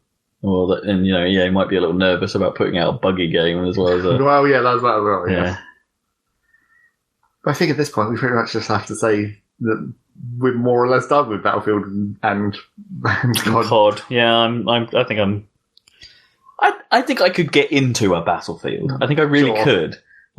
A bit just even our conversation about Battlefield 3 just then, a bit of me was like, yeah, Battlefield 3 was pretty rad. Well, it was, but it's gone downhill since then. That's what we've just basically been talking about. Yeah, it really has. 4, even though we sort of were singing 4 in a pretty good light then, 4 definitely wasn't as good as 3. No. It's got to be said. But I have definitely been, when people have been talking about Battlefield, I've been like, I would totally play 4 again, except I know that if I went back there, I'd just get totally destroyed by all the people who have still been playing it for this long. Although it's swamped with cheaters, I don't know. Maybe. I don't know what the situation is like, but you go in there and you'll just see all these people with max level and several times over prestiges, and it's like, this isn't going to go well for me. No, this is going to go real bad. They need a noob server like how TF2 and stuff did. I think 2142 had noob servers at one point, didn't it? Where it's rank limited. Oh, maybe. TF2 had that situation where they went free to play and then it was flooded with noobs, right? Yeah, that was the opposite situation. Yeah. Where instead of coming back to all the elite people, it was like, no, we've just got a huge flood of noobs making this real easy for the elite people. It was good fun for a while. I'm actually considering uninstalling TF2. Yeah. It might have got to the point where I don't think I'll play it again. Even though we haven't really got an FPS that we play anymore, Splatoon has kind of filled that role, I guess. Kind of. It seems like something's going weird in the TF2 community, it's going a bit toxic for some reason, right at the end. I mean, Actually, was TF2 ever that toxic, really, on the grand scheme of toxicity Never used in to video be, no. games? Never used to I be. think it was because it started so long ago that it hadn't got to that age yet. Where the age of toxicity, where communities are toxic from the start. I guess. And also, I guess in the earlier days of TF2, it helped that like the servers were actual servers, where you could have like moderators for that specific server or whatever. Sure, yeah, it was so frowned upon that people would actually step in themselves and be like, "Yeah, you can't be here." Yeah, it wasn't just completely on Valve's land. Yeah, No, I don't. And then the Valve servers, no one talked at all, so problem solved there. bring back servers. Yep, as well as matchmaking, have both. Like, so if you have, I mean, the question I guess would be is like, would anyone use specific servers? Well, I always used the Valve servers until they got rid of them because I was like, this this always has population, and B, I can fairly well ensure that this is just going to be generic people. That was what I needed. Like, I didn't want to go into like a very specific server, and also by that time, the Valve servers were pretty much the only generic servers you could get. All the other ones were bullshit mods and weird modes. Man, yeah, that did get messy. Hampshire Heavies, though, man. Well, that was a much longer time ago than that. Yeah. There was several years after the Hampshire Heavies where there was no more servers like that. It was just that I only played on the Valve servers. Yeah, those days are gone. Don't know if we'll ever see them back. You got your Rocket League going. That seems to work. Yeah, it's matchmaking, though. Yeah, so that doesn't need servers. Smaller player counts and all that. Yeah, fair. You don't necessarily, although the club stuff, which I guess we'll talk about a bit later. I suppose we talk about it now. Probably that's a bit now. Yeah, I think that's the end of news. Well, that's the end of news. Yeah, that's news. Transition into what we've been playing. That's news and what we've been doing, I suppose. Rocket League, a lot of it. Woo! Because really? Why? What happened? Rocket Pass. Basically, they introduced a bar going up. Yeah, they did. They really did. There's an incentive, like so Rocket Pass. Yeah, Rocket Pass launched as a sort of. So I'm not 100% sure why I bought into this, but a bit of me is just like, I kind of did. I kind of just to see what a pass-like structure is like to some extent. Sure. So Rocket Pass is basically their version of like Dota and Fortnite's Battle Pass style system, where you buy in with money into a season, but the more you play and the more you progress through it, you can get limited time unlocks from it. And in Rocket League, of course, all of these are cosmetic. There's nothing they'd put in that would be, and the same with Dota and the same with Fortnite. All of this is just a way of getting limited time stuff that in theory you can't get once it's done. In theory, although that's never necessarily true. We're not sure yet. Well, they might like rotate back through that stuff like a year later or something. Maybe. In classic fashion. Yeah. So the idea is that you buy this thing, and then for the limited space of time in which it runs, it's like as you level up, you can earn this gear, which then of course is an incentive to play the game a hell of a lot more, because it's like you've got to play the game to level up to get the gear, or you can spend money. Yeah. Which we're pretty sure we've seen players have. Because it's like within a couple of days, we saw people that were close to max level, and it's like, oh, they have clearly spent money on this, because it's supposed to take about 100 hours to get through all of Rocket Pass's tiers, of which there are 70. So there's 70 levels. 70 basic ones, and then there's like that extra 20 at the end where it gives you random versions limited of the stuff you've already got. Yeah. Like even more limited versions. Yeah. Yeah. So that's sort of drawn me back in as a way of like being all like, let's see what this is like. That's how much effort I have to really put into this in order to get some semblance of money's worth out of it. Because it's like, okay, fine. Rocket League was never an expensive game. We paid like 15 quid to get in on it on day one or something like that. And it's like, and I've not spent a cent on it since. That's totally a lie. You bought. Oh no, that is totally a lie. That is totally a lie. Yes, but they were like a quid because like got them on like deal or whatever. So like a couple of the like car packs and things, and so some of the limited the DLC only ones, because that was how they started doing their cosmetics. They were like super cheap DLC. And given that I've put nearly 500 hours into it, and Zach's put way more than that into it, I don't feel so bad about putting £8 down for this pass thing to try it out. That was basically what I was thinking as well. It's the same reason that, like, the one time I bought crates in or keys for crates in TF2, I was like, I've played this game a fucking lot. Let's just spend a tiny amount of money. I think they've earned this.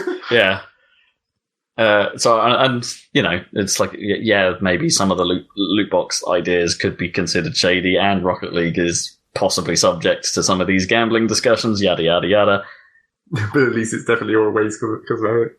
Yeah, at least it's always only cosmetic, and like, hey, the base game is as solid as it's ever been. Yeah.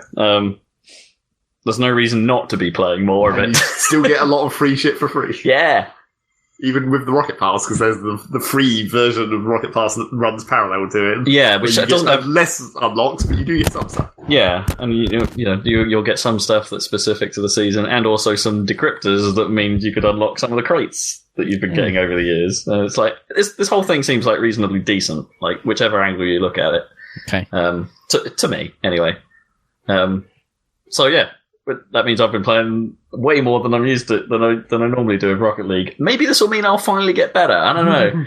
Maybe I'll just cement my bad habits even more. More likely. That is the question.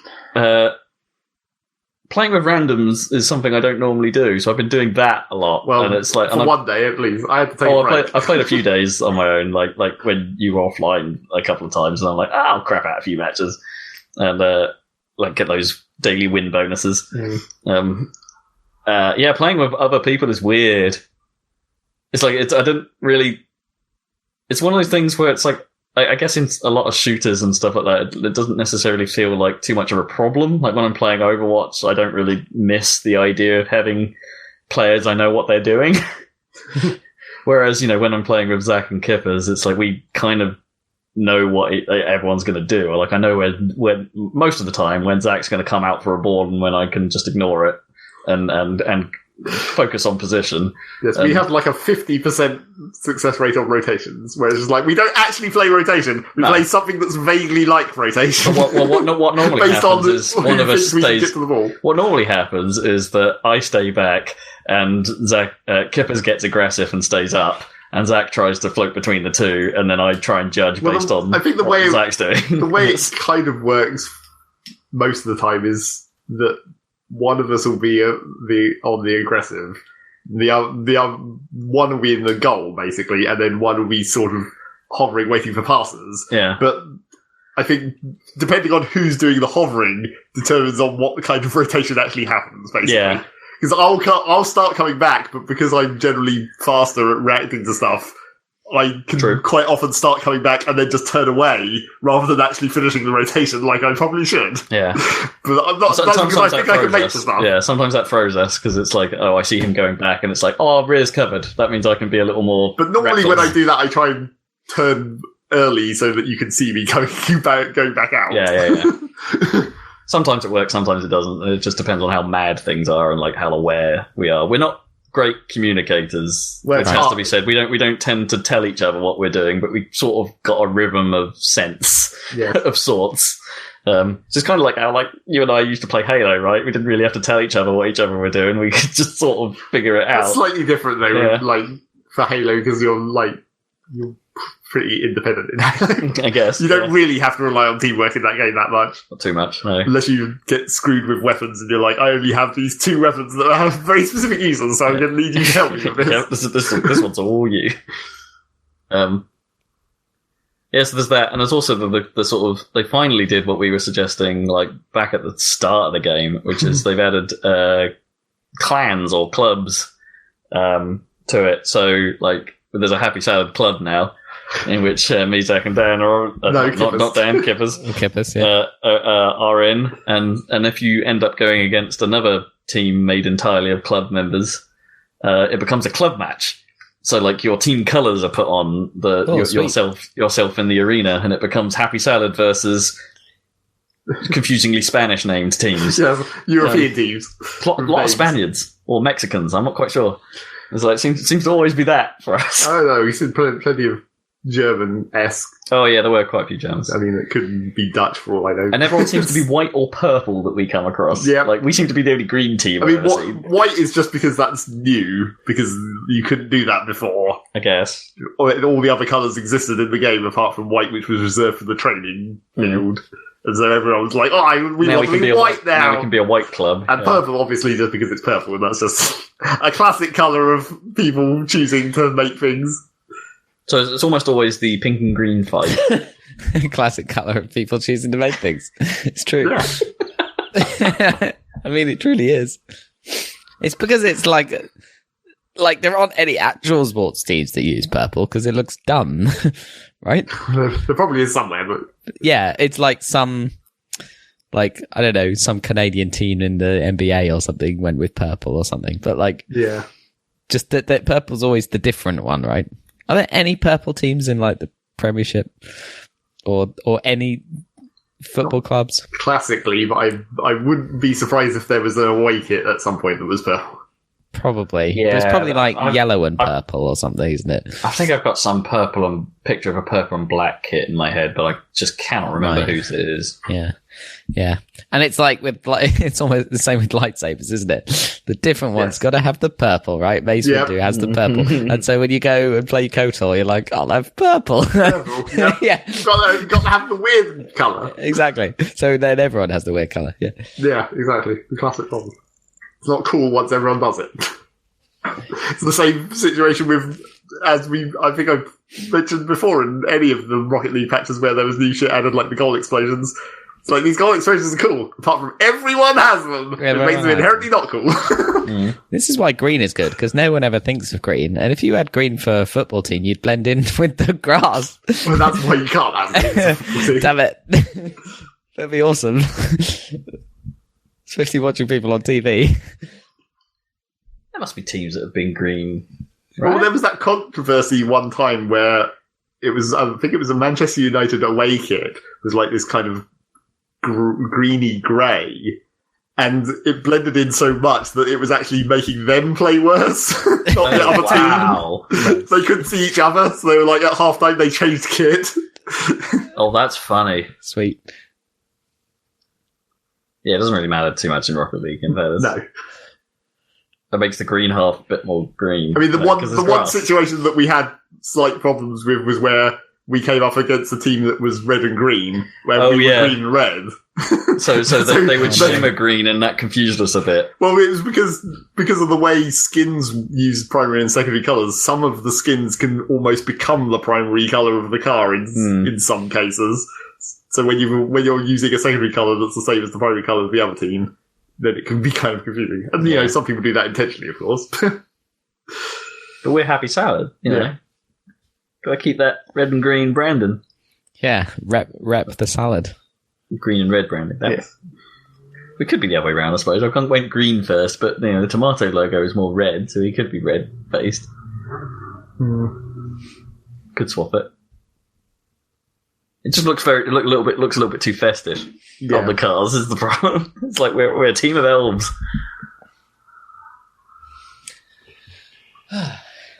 Happy Christmas, elves playing football. So Rocket League, yeah, lots and lots of Rocket League. Yeah, so who actually wants to lead the next section? Like, who wants to go? Zeg, you got anything good? Not that much, luckily, I guess. Me neither. Are you going to play 2 Point Hospital? Oh, well, that was one thing that I like. That's in the things I haven't been playing section.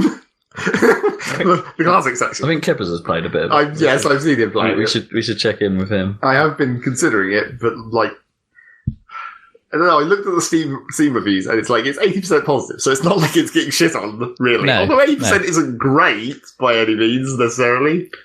The general thoughts I've seen of it is that it is like.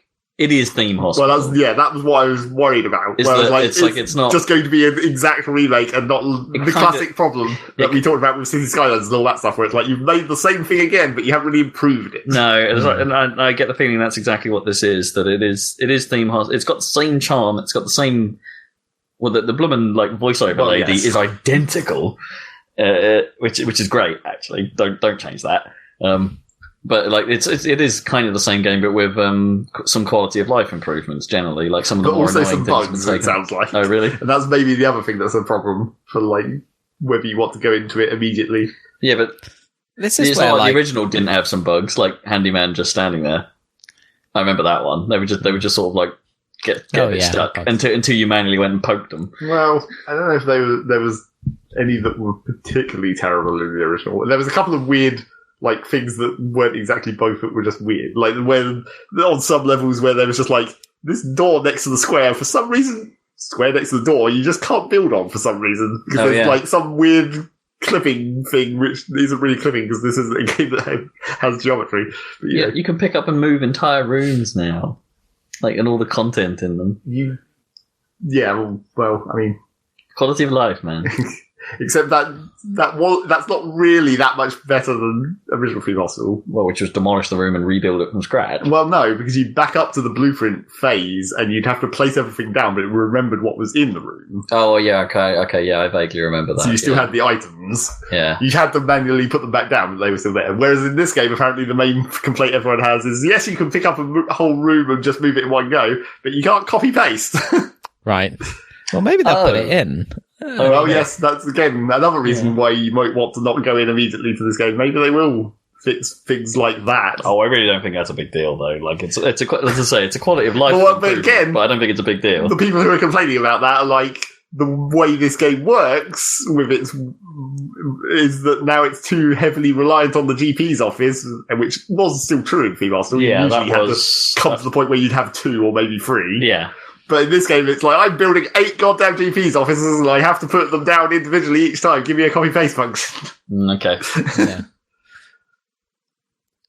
I watched the Giant Bomb Quick Look, and obviously they hadn't played Theme Hospital back in the day. But Vinny was basically saying he really liked it, but he wanted the copy paste, and he also wanted like auto promotion. He just thought there was quite a lot of busy work, right? Where it's like, but then what else are you going to do? Yeah, that is kind of the game, though. That is kind of the game, yeah.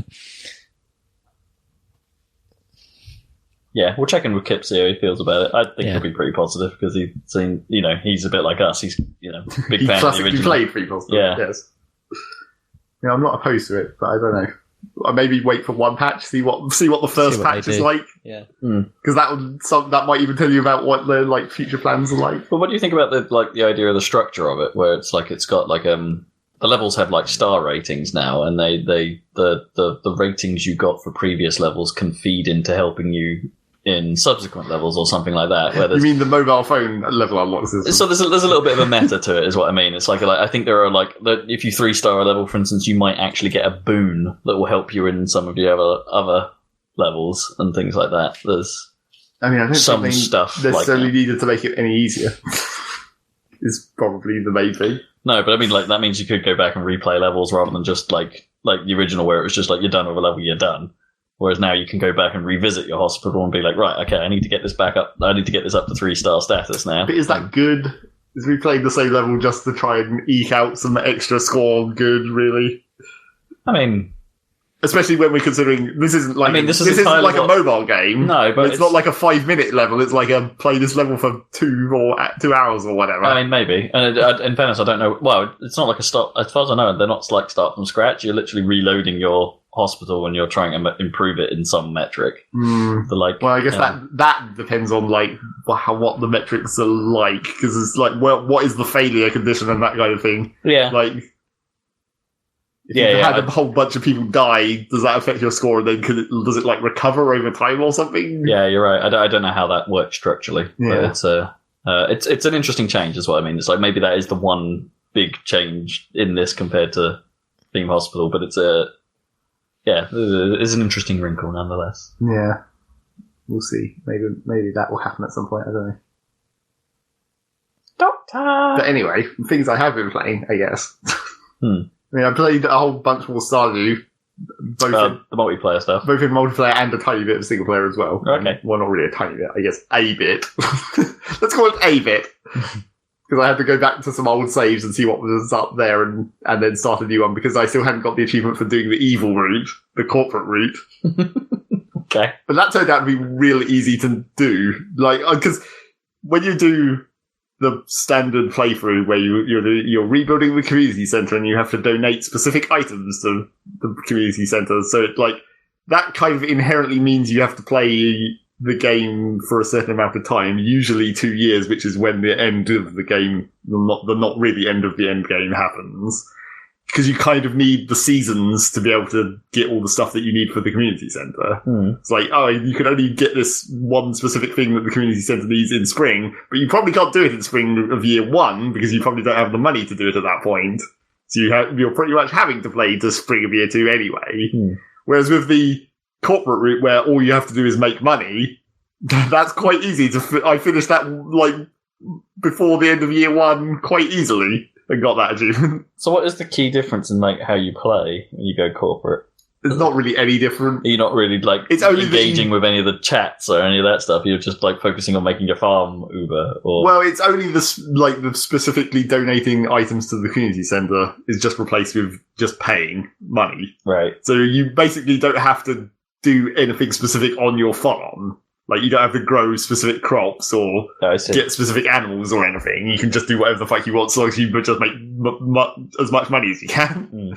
Which, that's a slightly different way to play, but also much easier. Yeah, probably less interesting. It depends whether what you're looking to do is just you're already, in the default way of playing, you're already kind of min-maxing, but then when you go into the money mode, you're entirely min-maxing. Now you don't even have to grow every crop of a season, you could just grow all one crop and just be this is the one that makes the most money. Harvest it, go. Cash, buy things.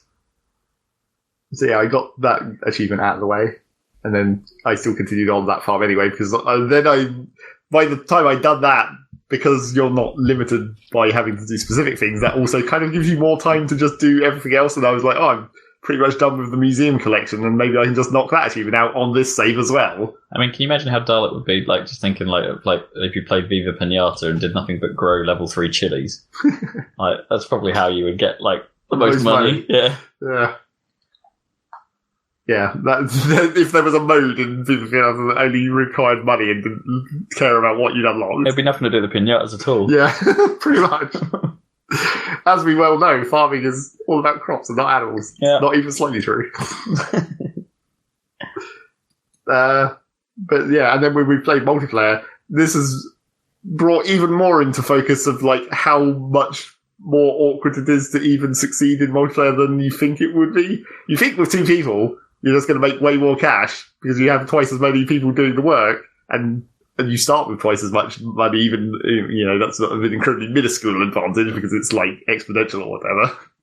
You start with twice as many seeds at the start, wow. But you think it's going to be better, but the thing that you don't realise until you play multiplayer is because of it being multiplayer, it doesn't have the time stopping that single player has. Every time you open a chest in single player, time pauses. So you can look through inventories and stuff without time passing. But in multiplayer, time just continues to pass while you're looking in an inventory.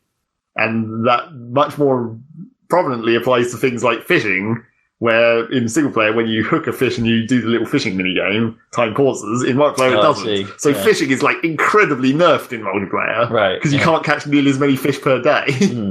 So that you can't make nearly as much money from fishing per day.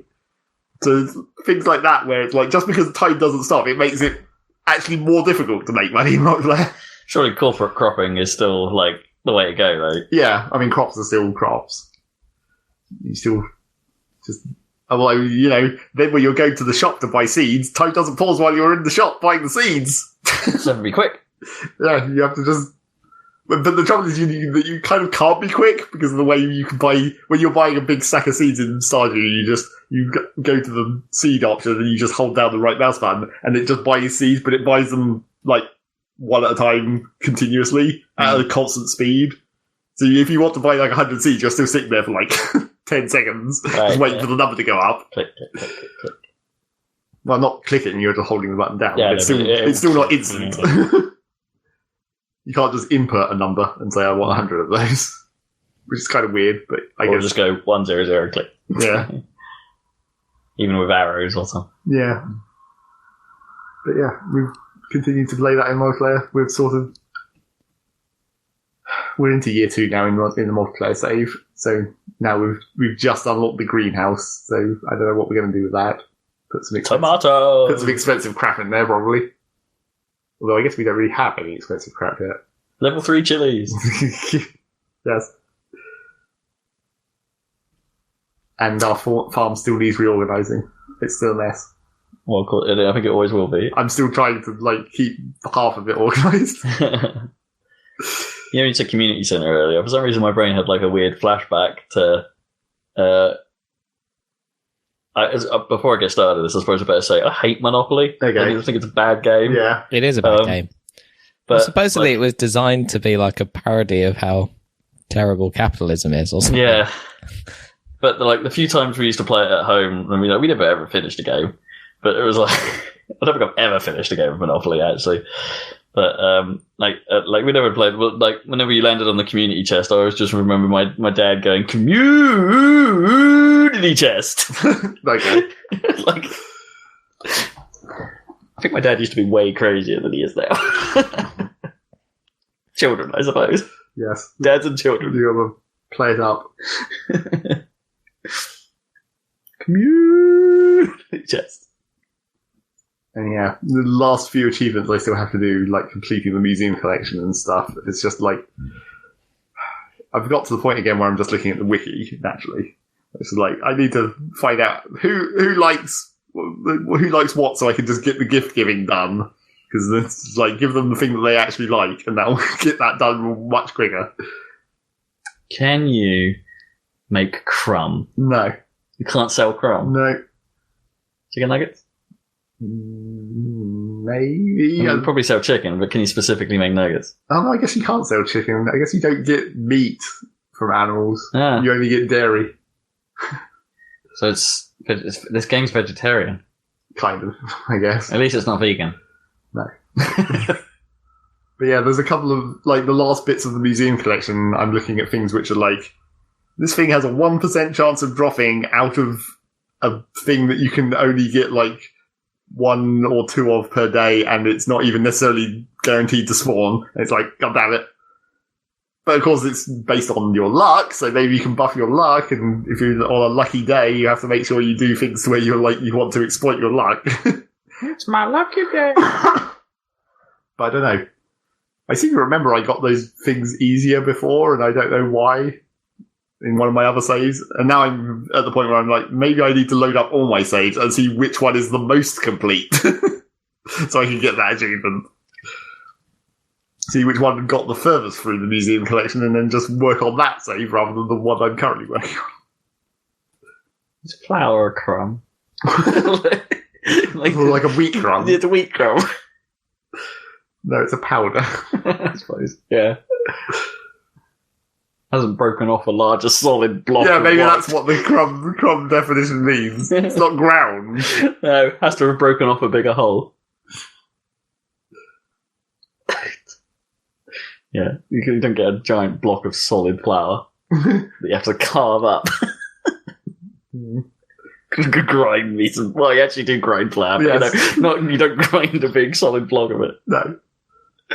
And then I guess the only other thing I played, apart from a small amount of Factory, because Stardew mainly been taking up the time, was I played, randomly played one more run of Into the Breach. Oh, cool. Because I was I guess it's come out on Switch, and that's reminded me of that game, so I'll just play it. Yeah, let's be relevant. I guess so. So I played that one more run, and I did, the free island victory for the Smoke team. And I wanted to get the achievement for one of the achievements. I don't know if I think it's the only achievement I have got with the Smoke team is the most difficult one, where you have to do 12 points of smoke damage in one turn. But then once I started playing that run, I remembered how fucking impossible that is. Smoke them. Because that means you have to have the upgraded smoke where it does 2 damage instead of 1 damage for a start, so you have to get that upgrade. And 12 points of damage means you'd have to have 6 enemies on the field, which would be pretty much the most enemies you could have, and you'd have to have them all be in smoke at the end of the turn to actually be able to do 12 points of damage, which is not very likely. So I played that run, and then I was like, oh yeah, that achievement's kind of impossible. And I almost didn't succeed at that run anyway. But I recovered after the middle of the second island. And then went on to win, as usual. Because I can't possibly fail at that game. Really? I think my record, I looked at the stat screen afterwards and I was like, oh, how many wins and losses I have? And it's like 16 wins and 3 losses. Ever? Yep. Wow. What, you didn't even spend that much time learning the game? You just were like, oh, I'm winning it. It was like that first loss where I lost immediately on the video. Yeah. And then I think there was another loss with the Rift Walkers, but I don't remember why. And then there was one loss with one of the other teams. I don't remember what other team it was. Oh, I think it might have been one when I was trying the custom teams. Which is, that just means I built a bad team. But yeah, that's it. 3 losses and every other run was a victory. Which basically means when you look at my scoreboard, if you look at the individual team scoreboards, they all only have one run and they each have a victory.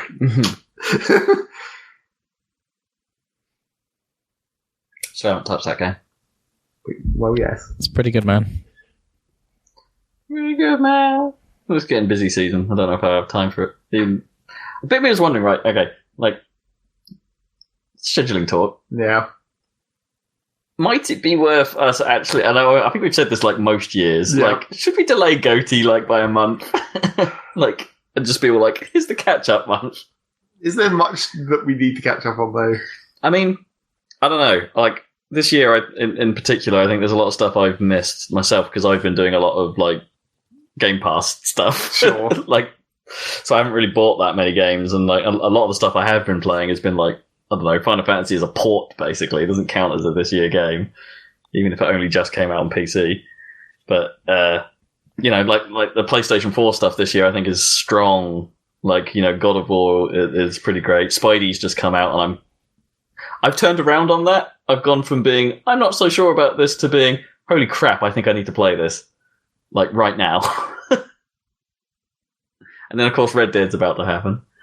And it's like, there's all these long-time games. Yeah, but only one of us needs to play them. But then it'll be Dan versus us, which, like, often fails. You've got to make a sufficiently convincing argument. Although I don't think it will be necessarily that difficult for Red Dead, really. I mean, we shunned it. We shunned it already. We know what the fight is going to be this year. Oh god, Smash! I've totally forgotten about Smash for a second. It's going to be Smash against Red Dead, and that's going to be a weird fight because that's not even slightly comparable. Oh, this is going to be fun. Oh god. I mean, what was it before Red Dead and like Rocket League or something? Was it? No, Rocket League. God, what did Rocket League beat? I can't remember. I don't remember that year. Was it Guild Wars? Could have been. Did Guild Wars take it out? Okay. That might have been a mistake. Because we thought it was going to be. We thought it was going to be more of a problem when Red Dead was going to come out last year. We were going to have Red Dead versus Zelda. Oh yeah, that would have been tough. Yeah, that was more comparable than Smash Brothers against Red Dead. Really, they were slightly more close together in terms of game style. Yeah, really comparable. Huh. Me just saying the word comparable and you saying comparable made me think of something else I spotted. So I've been playing, I followed up on what Zach did last time and I've played not all of, but some of the Valkyria Chronicles 4 demo. Yeah. And they say specialty. And a bit of me was like, is that supposed to be speciality? Is that an Americanism, or are they the same word? And I got a bit stuck at that point, sort of looking at it on screen going, specialty, speciality. I know they've got to be the same word, right? Yeah, just an eye. I don't know if one's better than the other. Yeah. Yeah, so I saw it and was just like, huh, specialty. I've never really thought about that before. Yeah, I've definitely heard people say specialty. It might be an Americanism. Mind you, Sith Lords are our speciality, so... Sure. It's not a Jediism. Maybe the Jedis are just British, I don't know. Underneath. Yeah, well, they kind of are, aren't they? Well, Obi-Wan definitely is.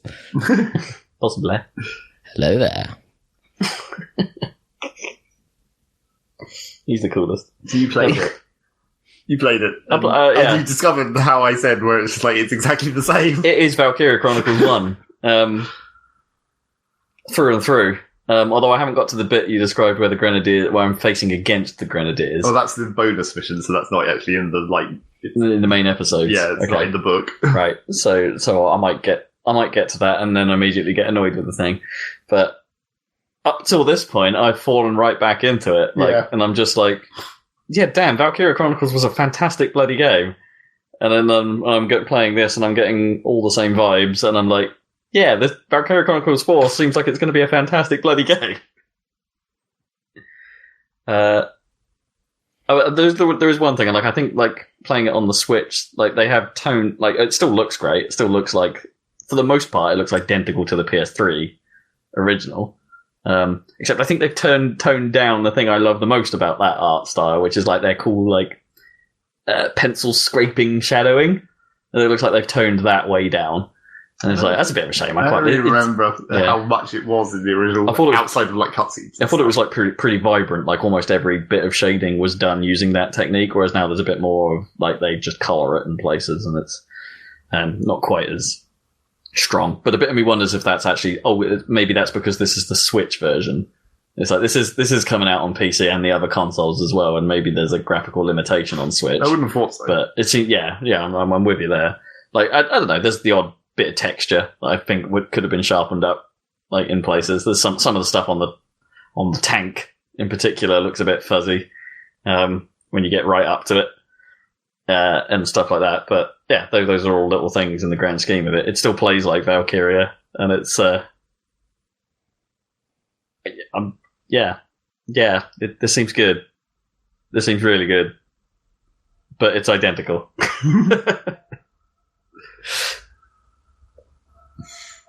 So there's that. I don't really know what much more to say. Zach covered most of it last time, so yeah, not too much ground to retread. What else have I been doing?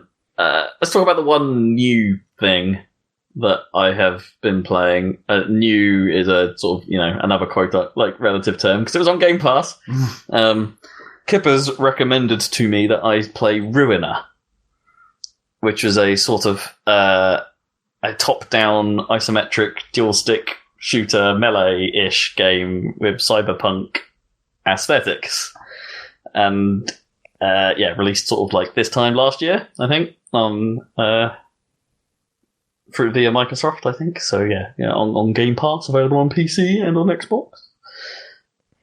I'm trying to think of a decent way of describing it. I've been struggling with it a little bit. So it's top down, but its combat is lightning fast. It's so you can dual stick shoot with guns and things, and you're shooting guys in the face, and then they give, and then they drop their gun, and then you can pick up their gun, and it'll be slightly better than your standard gun, and you rinse and repeat and go like that. But you also have at all times you have this lightning fast dash button where you can just zip to the side almost instantly, and then do stuff there.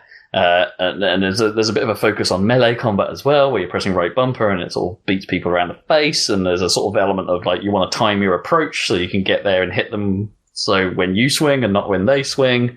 And I've been finding it pretty tricky. But it just gets so those are the sort of the basics, but then it sort of starts getting more crazy, and enemies will have guns and they'll shoot you more readily. They'll track you better, so your dash doesn't really throw them as much, or the enemies will start dashing around as well, because I guess they've just got the same augmentations you do or whatever in this Cyberpunk universe. So the combat suddenly gets very fast and very hectic, and that's where it gets both good and bad simultaneously. Because it's got a little bit of that, Hotline Miami comes to mind, and it's got a little bit of that. So things can go bad real fast. It's you've got health in this, but it seems like the balance between I'm fine to I'm dead is very small sometimes. There are times you just don't realize it's gone bad actually, and suddenly you're dead, and you're like, oh okay, I'm not quite sure how that happened. So that's where the bad part comes in, and sometimes you're just not quite sure why. Or what you got hit by, actually. It's or that you'd been hit enough for you to have got to a death state. And it's so there's and I think that's just because of the speed, just because sometimes the style is a little too stylish, I suppose. It's it's realistically drawn, but with some comic book edges to things. Characters have a little bit of an outline around them while you're actually playing. But the sort of lighting and the gore and all that is actually fairly realistically done. Quite nicely done, in fairness. Like, it's all Unreal powered, and it's quite like some of the sort of like cutscene-y shots are quite nicely shot with a bit of fog here and there, and the Cyberpunk styling is pretty similar to the Project Red's Cyberpunk styling in many ways. Like, your guy, for instance, doesn't have a face. He's just got a video mask that will occasionally say things like "kill you, kill you, kill you." I can't even say it. Kill you, all over his face as you get into combat, and there'll be like little cutaway cutscenes where he's got like a blue screen of death for some reason on his face. And mind hacking is a thing, and like you come across some guys that don't even have bodies anymore; they're just a head. And all of that's pretty well done. And the music, got to be said, I think is very well done, very on point. It's like it's pretty atmospheric, but also funky in just enough of a way. Like it'll be like sort of like hard hitting sort of industrial beats 1 second, and then go into a weird sort of 909 clap breakdown. it's just like, yeah, okay, this is kind of that sort of old school but kind of new retro industrial cyberpunky thing. This is they're sort of hitting the right notes there as well. So it's like it's one of those games where I think all the ingredients are there, but I'm just not sure it comes together quite right. Like, I kind of want there to be a bit more to it. I kind of want there to like be more nuance in the combat rather than just speed. Like, if I'm dashing around someone, I don't want them to be able to just sort of snap their aim as quickly as they do to where I am. I want that to be a way of confusing them, or like there are just certain tricks and certain things where I just don't. Either I'm not getting them, or the game doesn't make a very good job of explaining to me how that particular system should work, how I should be fighting. Right, I see. And so that's where I have a problem. Kippers has apparently had a much easier time of it. Oh, really? Than I apparently am. He was like, yeah, I only died like a couple of times across the entire game. And I'm like, I've died 12 times in this one boss fight. So, you know. It is pretty good in that it checkpoints quite generously. Like it will split a level up into what it calls stages, which are basically like little fight sections. Basically, you go there, have a fight. When the stage ends, you get a little rating. Super quick as well. It's just like stage done, and then the person who's in your head will pop up on screen and go well done or something, and like you'll get a little ranking and be like, yeah, that was S+, well done, and things like that. So you know, as I say, all the ingredients are there, all the styling is there. I'm just not sure about the actual combat. Like that it's just that well tuned, I suppose is the word I'm looking for. It's just not... Okay. Yeah, it perhaps could have done with a bit more time to sort of get some of the detail down, or maybe make it a bit more obvious as like where you're going wrong and things like that. I would have liked it to be more voice acted. Most of it is done in text. Like, no one actually says their lines. For instance, you'll get like the odd voice clip, like when your lady friend is like saying something in your head. It would be like, "Get them," or "Kill the boss," or very simple blurts. Or but there's no actual sort of like dialogue in it, and I think sometimes that's a little bit jarring, as there'll be a sequence where someone's clearly on screen, sort of gesturing a thing, and it'll just be text, and it's like maybe that plays into the sort of semi-comic book aesthetic they've gone for in places, but I think at times it actually just feels like that seems like a weird omission. Budgetary, I guess. And I'm pretty sure the story is going to be you were evil all along, or like everything you're doing is a lie kind of thing. I'm pretty sure it's one of those, because the game starts with your head getting hacked, basically, and everything that you're doing you've basically been told is true, so I assume none of it is where it's going. And that you are just like a machine or something, or not really a person anymore, you're just controlled. I assume that's where the whole thing is going. However, I probably won't finish it for a while because my Game Pass ran out finally. Okay. So I might revisit it once I get some more, but at the moment, like with Rocket Pass on, I don't know. Don't know if I'll return to it, honestly. Don't know if I care about it too much. I think I'm 2/3 of the way through it, so, but it's just not. You've seen most of it then. Yeah. And I wouldn't feel too bad about not returning to it. But if I got Game Pass again, I would finish it. Seems all right, is what I mean. Seems all right. Just, I think there's potentially more to it that could have been done. I think that's generally what my general statement about all games is these days. To be honest, like all of the things I've played on Game Pass have been like they're all right. Yeah, that's kind of the nature of it, right? Well, yeah, the kind of the nature of Rob's relationship with free stuff. Yeah, kind of. Where you just play it, even though it's not great. Well, I just have a thing where it's like if I've started something, I kind of want to finish it. That's but I don't really bounce off games these days. Like if I've started, surprisingly in some cases. Yeah. Sometimes I don't think I should do what I do, but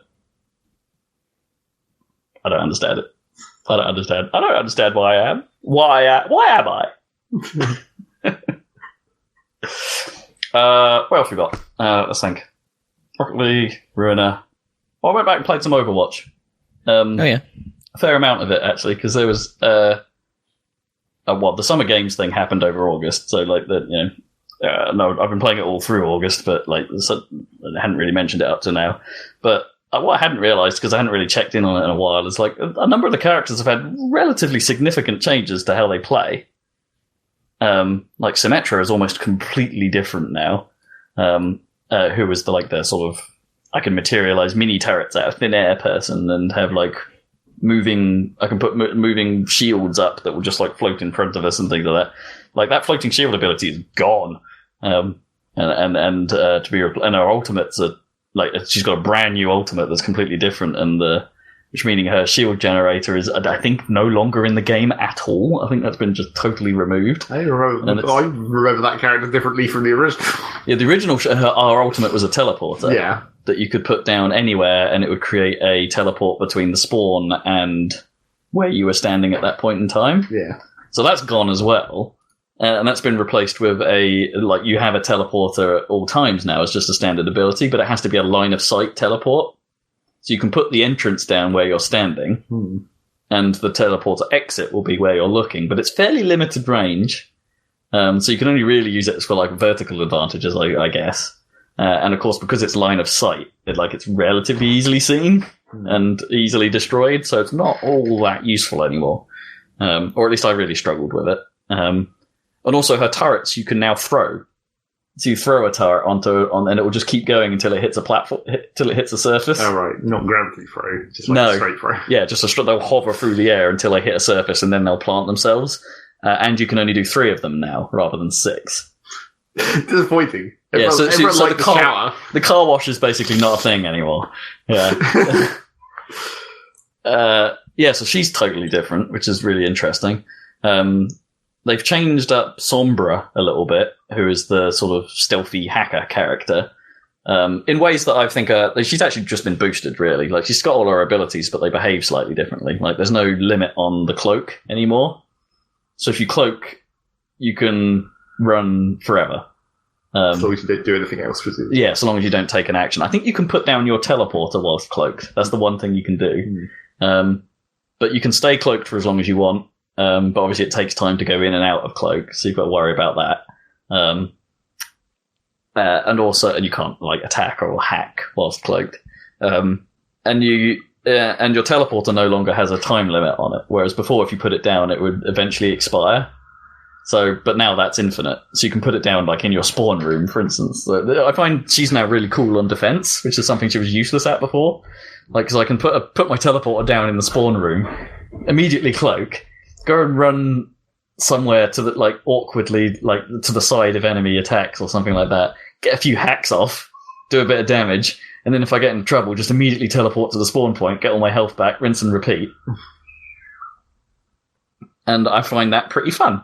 It's kind of cool. So Sombra is now a character I might use occasionally. So that's nice. And I played a little bit as Wrecking Ball, the hamster, which has been added. And I think this is where Overwatch might be having a bit of a problem with some of its new character styles, because they've added 2 tanks since the game launched. They've got Orisa and Wrecking Ball. And on the surface, they're kind of the same. Well, the second one they added was already kind of the same as Reinhardt. Yeah. Arissa, you mean? Or... Originally. She had a very similar kind of shield. I mean, she has a static shield she puts down on the floor, and she has a machine gun style firing, and she also has a harden ability. Wrecking Ball's thing is that he also has a hardening ability, so he occasionally takes a lot less damage for a brief period of time. For a tank. A generic kind of thing. He also has a machine gun that behaves basically the same as Arissa's. His main difference, though, is that his mobility. He can turn into a ball, basically, and travel very, very quickly, and he has a grappling hook that can be fired very frequently. So the idea is, as you fire your hook, you turn into a ball, you can then swing around at a ridiculous speed and then just hit people with yourself. Which I find super awkward to play as, but it's pretty funny to play against, because you just see these balls flying everywhere. So, I don't know. I don't think he's really changing the game all that much, but it's just kind of funny to see every now and then. Just these crazy fiery balls flying around. And Overwatch is still good. I just thought I'd say that. Like, I know it's never really appealed to you, Zach, for some reason. It's still good. And, it's got a lot more content now than it once did. Yeah. There's been 2 new maps released in the last few months. So, maybe the map content is speeding up a bit. It's a good game.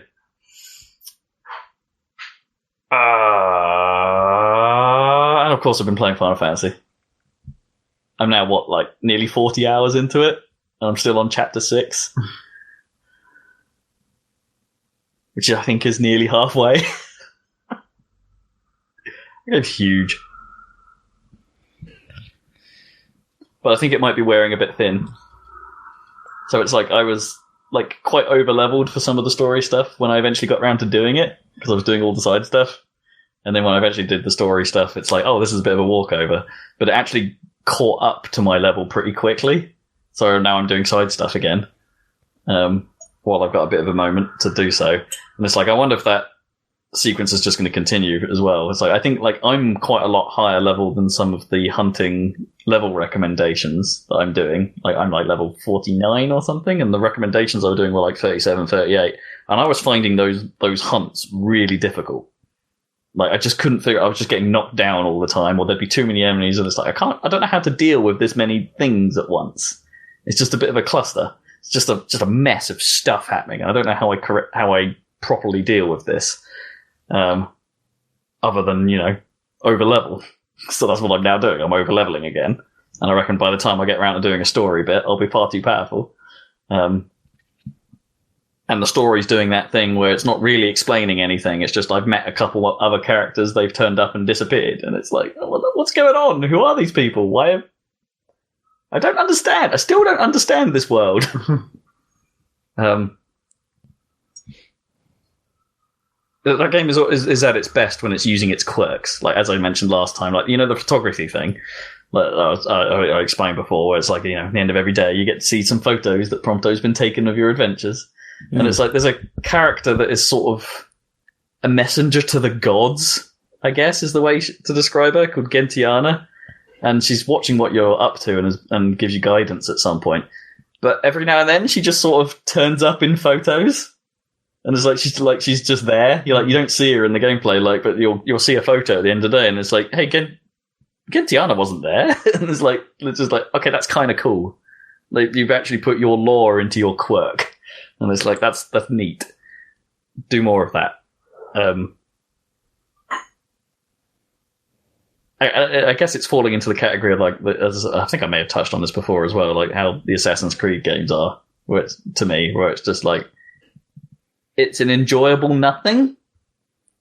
Right, yeah. I'm doing the things, and I'm not having necessarily a bad time. But it's not fully engaging you, right? Yeah. I think that's accurate. I think when I'm doing the story stuff, the game is better because it's a bit more. Although there was a stealth section, and it was kind of bad because stealth sections. You shouldn't just throw a stealth section in a game that's not a stealth game. Just don't do it. It's almost always bad. Yeah, so they did that, and I was getting quite frustrated with that section. It was quite annoying. But for the most part, the story stuff has been kind of interesting. Like a reason to go places, a reason to go. Like I've seen summons now, or a summon, and that seems kind of weird as well. Actually, like if you're in a fight for a long time, basically Ramu, the lightning god guy, could occasionally just be like, "Yeah, you've been fighting for a while. I'm going to help you now." And then like the screen will go like the world will get a bit redder and the music will get more dramatic. And then at that point you can just press left trigger and just win the fight. Oh, nice. Because he'll turn up and go boom and everything will die. And it's like, all right, okay. So like I guess that's one way to like win harder fights is just survive for a few minutes and then Ramu will come and help. It's a bit weird. It's not like it's a strategic option. It's just like hey, you can win now if you want. And I chose not to use it at one point, and then after a while, it just sort of goes away. It's like, all right, you want to fight this out? You can. I don't think there's any benefit in actually winning a fight that way, though. It's just you might as well, might as well just push the big explosion button. And I think that sort of sums up like the simplification of this game pretty well. It's like everything is simplified in some way from Final Fantasy's norms, and it's like just having a win button seems to cement that.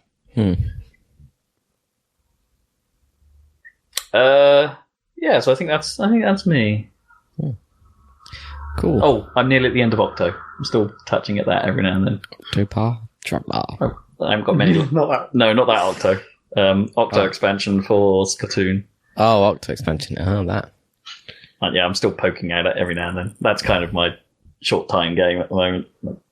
I've got bored. My PC's busy. I'll play a couple of levels of that.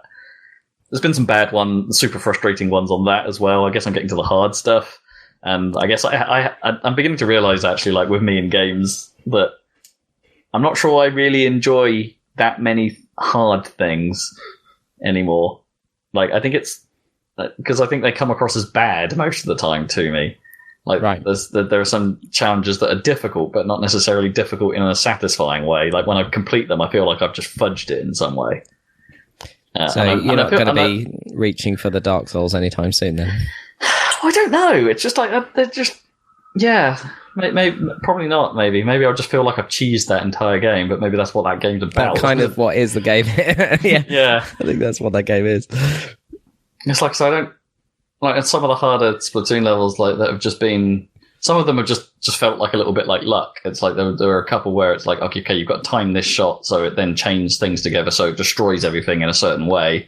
And you've only got one shot to do it. So get it right.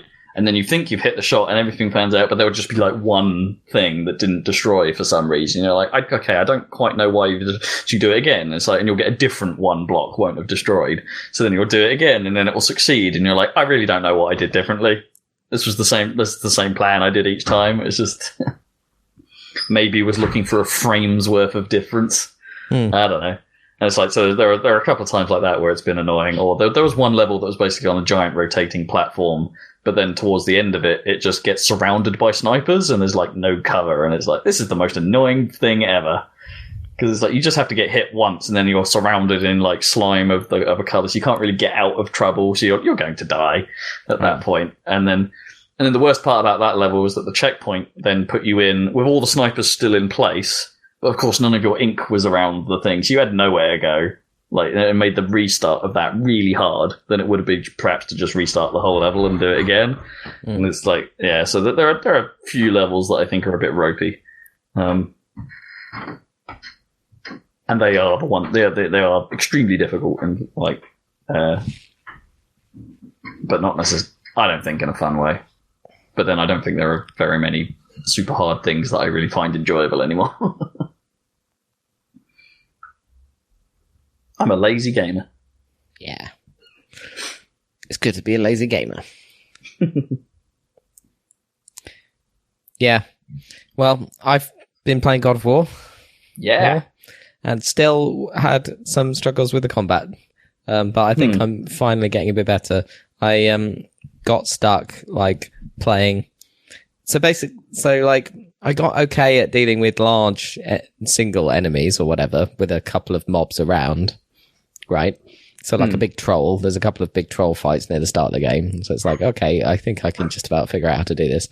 I assume these would be the ones that we sort of saw in the early footage. Yeah, the exact ones from the early footage, yeah. And they're cool and everything. There's a fire one or whatever, and that's quite a fun fight.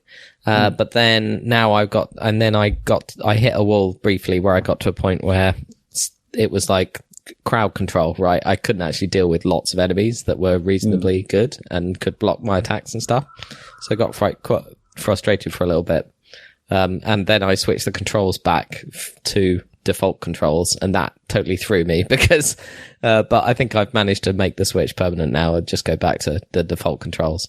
That was basically because I had that RSI thing, and I still do. You were finding a different way of playing. Yeah, but it doesn't really work. So I switched it to the classic controls, which because by default the heavy attack and light attack are on, which are probably the main buttons really, are on like they're on R1 and R2. So it's like bumper and trigger are your main buttons, and I was finding it a little hard to do that. So I switched them to like face buttons, which made more sense to me. But actually, the problem is you kind of need your thumbs on the sticks, so that's why they're on the bumpers. So there's quite a lot. You basically have to use all four, of the L1, L2, R1, and R2 a lot. So that's the trick, is to get good with that. And testing your dexterity a bit. Basically, yeah, I was having a bit of trouble, but I'm starting to get there. I realised that the range attacks are pretty good. And it's worth just spamming the range attacks quite a bit before they actually come up to you. You can actually get quite a lot of damage in if you're careful. And then as they come up, and you can then dodge away and then get a few bashes in and then find some more space. Because I just kept getting pushed into corners and getting stuck. And they were using like a area of effect bombs or whatever, which was annoying me. And they were blocking the light throw, so I had to use the heavy throw mostly, which is slower. But there's just so many freaking control. Like I was saying last time, but I'm still not parrying when I need to. I tend to rely on the dodge more. But I managed to get you can just play according to your style. So I managed to find a couple of different talismans. One is better for parrying, and one is better for dodging. So I just read sod it, and I've equipped the dodging one, and what that does is give you bullet time when you dodge for surrounding enemies, which is if you do it at the right time, and that's quite good. Sure. Yeah. So I'm getting you've got witch time now.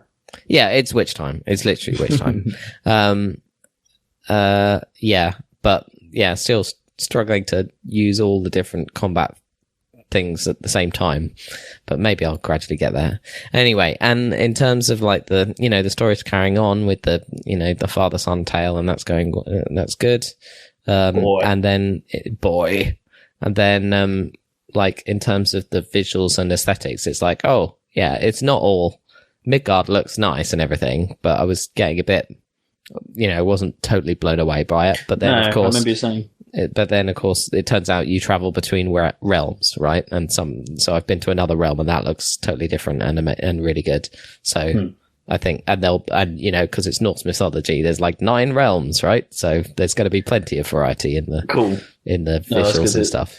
Because you're starting presumably in the icy bit, and that's the bit you weren't so basically, impressed with? I mean, it looked cool and everything. I was just if it's all Midgard, then it's not gonna be as fun and interesting as Uncharted was. But turns out there's plenty of variety.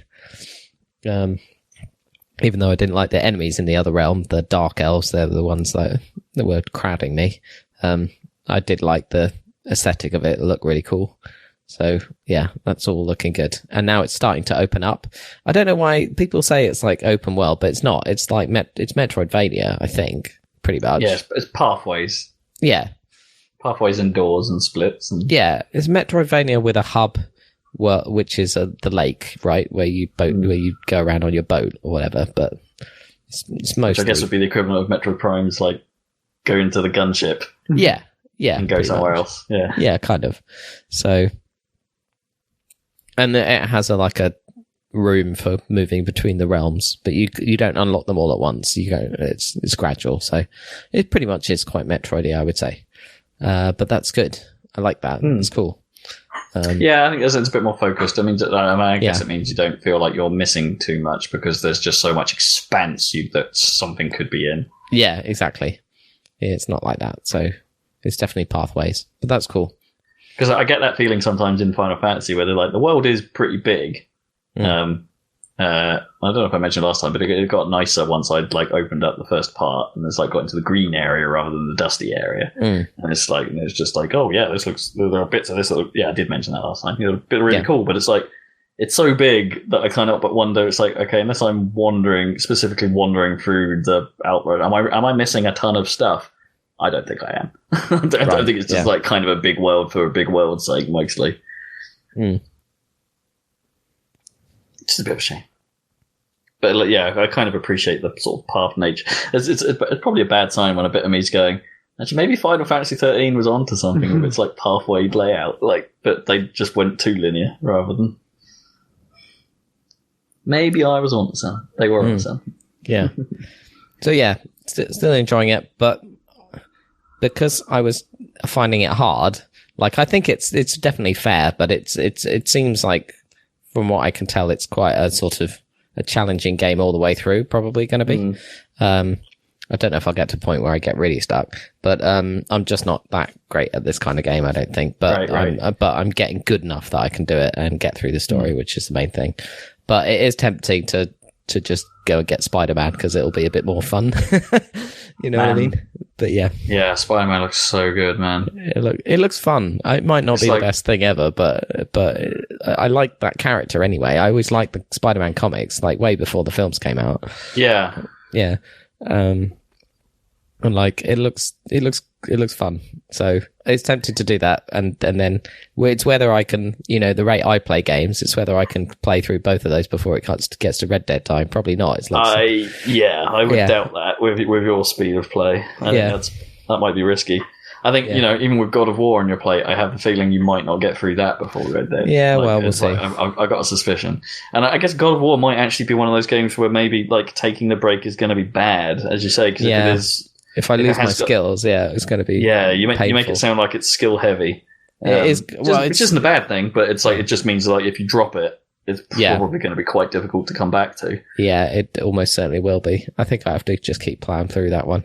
But it's super good. It is rewarding, of course, but it's what I want, actually, what I was going to say is what I would like is it doesn't seem to have is a Batman style combat arena mode or whatever where I can practice the combat. Right, yeah. Training. Yeah, that would be really facility. Cool. But instead I have to continue the story and then just keep screwing up. Right, so there's not actually that many opportunities to just go off the beaten track then and wander into something where you can find extra fights in order to sort of train in a way. Well, it's opened up now, but even when you go to individual little quests or stuff, or there's these realm tear things as well, which you can open up and get high level enemies come out. But once you've defeated them, you defeated them or whatever. So right, that tear won't happen again. No, so it's not because those Batman challenge rooms were a cool mode, right, where you could it was a separate thing. Yeah, that would have been quite good. But anyway. Does the world repopulate then? So as you're traversing it, you have to go through the bits where there are guys that they will be back at some point? Or? I think they will, but I haven't really noticed that too much yet. I haven't gone back to a lot of places. But I think the low-level mobs will definitely be back. But I think if you defeat the trolls and things, that's sure, it. Yeah. I think anyway. I'll report back. Yeah, tricky one. I think I sort of had a similar feeling maybe about Devil May Cry actually in some ways. I know actually in the special edition there is a place for where you can do that, but I think it only unlocks actually after the game. The sort of Palace of Misery or whatever it was called. Yeah, where it's like a sort of it's like one long combat trial. I guess it's kind of like the you can get through this. The trial of the sword type thing for Zelda. Yeah, kind of. Yeah. I mean, you could use that to learn the Zelda combat better. If you get through it, you'd definitely be a lot better, wouldn't you, Zeg? Well, or a lot more cheesy. Yeah. Yeah, well, that's enough, isn't it? Be cheesing. Modern game design, be cheesing. Cheese it. Yeah.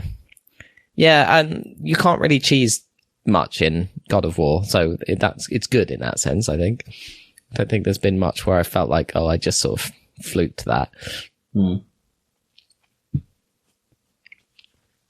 Awesome. Yeah, it's good. We've got some PS4 coverage for the year. Yeah. Oh, I do want to play Spider-Man. God damn it. Oh well, we'll see. I'll definitely play it eventually, just maybe not on release. Might be a Christmas one. It has accelerated my want for a PlayStation, though, Spidey. As with a lot of the games are, like, you know, my PS4 want list is now quite long. You would. You're gonna love God of War, I reckon. Yeah, you'd be way into it. You're gonna love it. You're gonna love it. You're gonna love my nuts. Yeah. Should have called it Warrior Cup. Yeah. Cool. Well, I think that might be a podcast. That might well be. Got any videos coming up after the Gungeon madness? Eldritch is next. Something different. Yeah. At least 1 week. We actually went back to Steam A to Z. And we did some more Gungeon, so there'll be some of that later, but as a buffer. But we've actually got newer content. We played, we play Eldritch. Check out a video of Eldritch on YouTube, the Happy Salad channel. It'll be up next week. It's not up yet. It'll be up next week. And then we'll be back in a couple of weeks with another podcast. I mean, that will happen. Do you want to know what's happening in the next 2 weeks? The Nintendo Direct, hopefully. Yeah, there's that. One that got cancelled this week. Yeah. But also, there'll be eggs. There will be eggs. There will be eggs. EGX is happening between now and the next podcast. Ah, and are you attending? I will be there for 2 days. Nice. 2 more days. Is this Birmingham again? This is Birmingham. The NEC? Yes. Yeah. Birmingham. Okay. Birmingham. We'll have reporting live from Birmingham. Not live. Definitely not live. From Birmingham. I really don't know what will be there this year. It's a bit of a sort of mystery one, really. So, I don't know if anyone's really heavy hitting. I mean, I guess the big hope is that Ninty will have Smash because they've been sort of putting that everywhere. So, yeah, they could. I mean, that's kind of been about, right? Smash has already been about at the shows, so I would be surprised if it doesn't turn up. Okay. But from the other guys, at that point in time, what will there really be there? Microsoft's probably only got Forza to show, right? Or maybe some indies. Yeah, not bad. Tunic, man! I'd like to see Tunic in action, actually. Put on your tunic. It's time. And I'm sure there'll be some other VR stuff that I don't really try anywhere else, like last year's favorite Shooty Fruity. Yeah, well, we'll report back on that in our next podcast. Woo! Catch you then, listeners. Bye-bye from Mexico. Bye.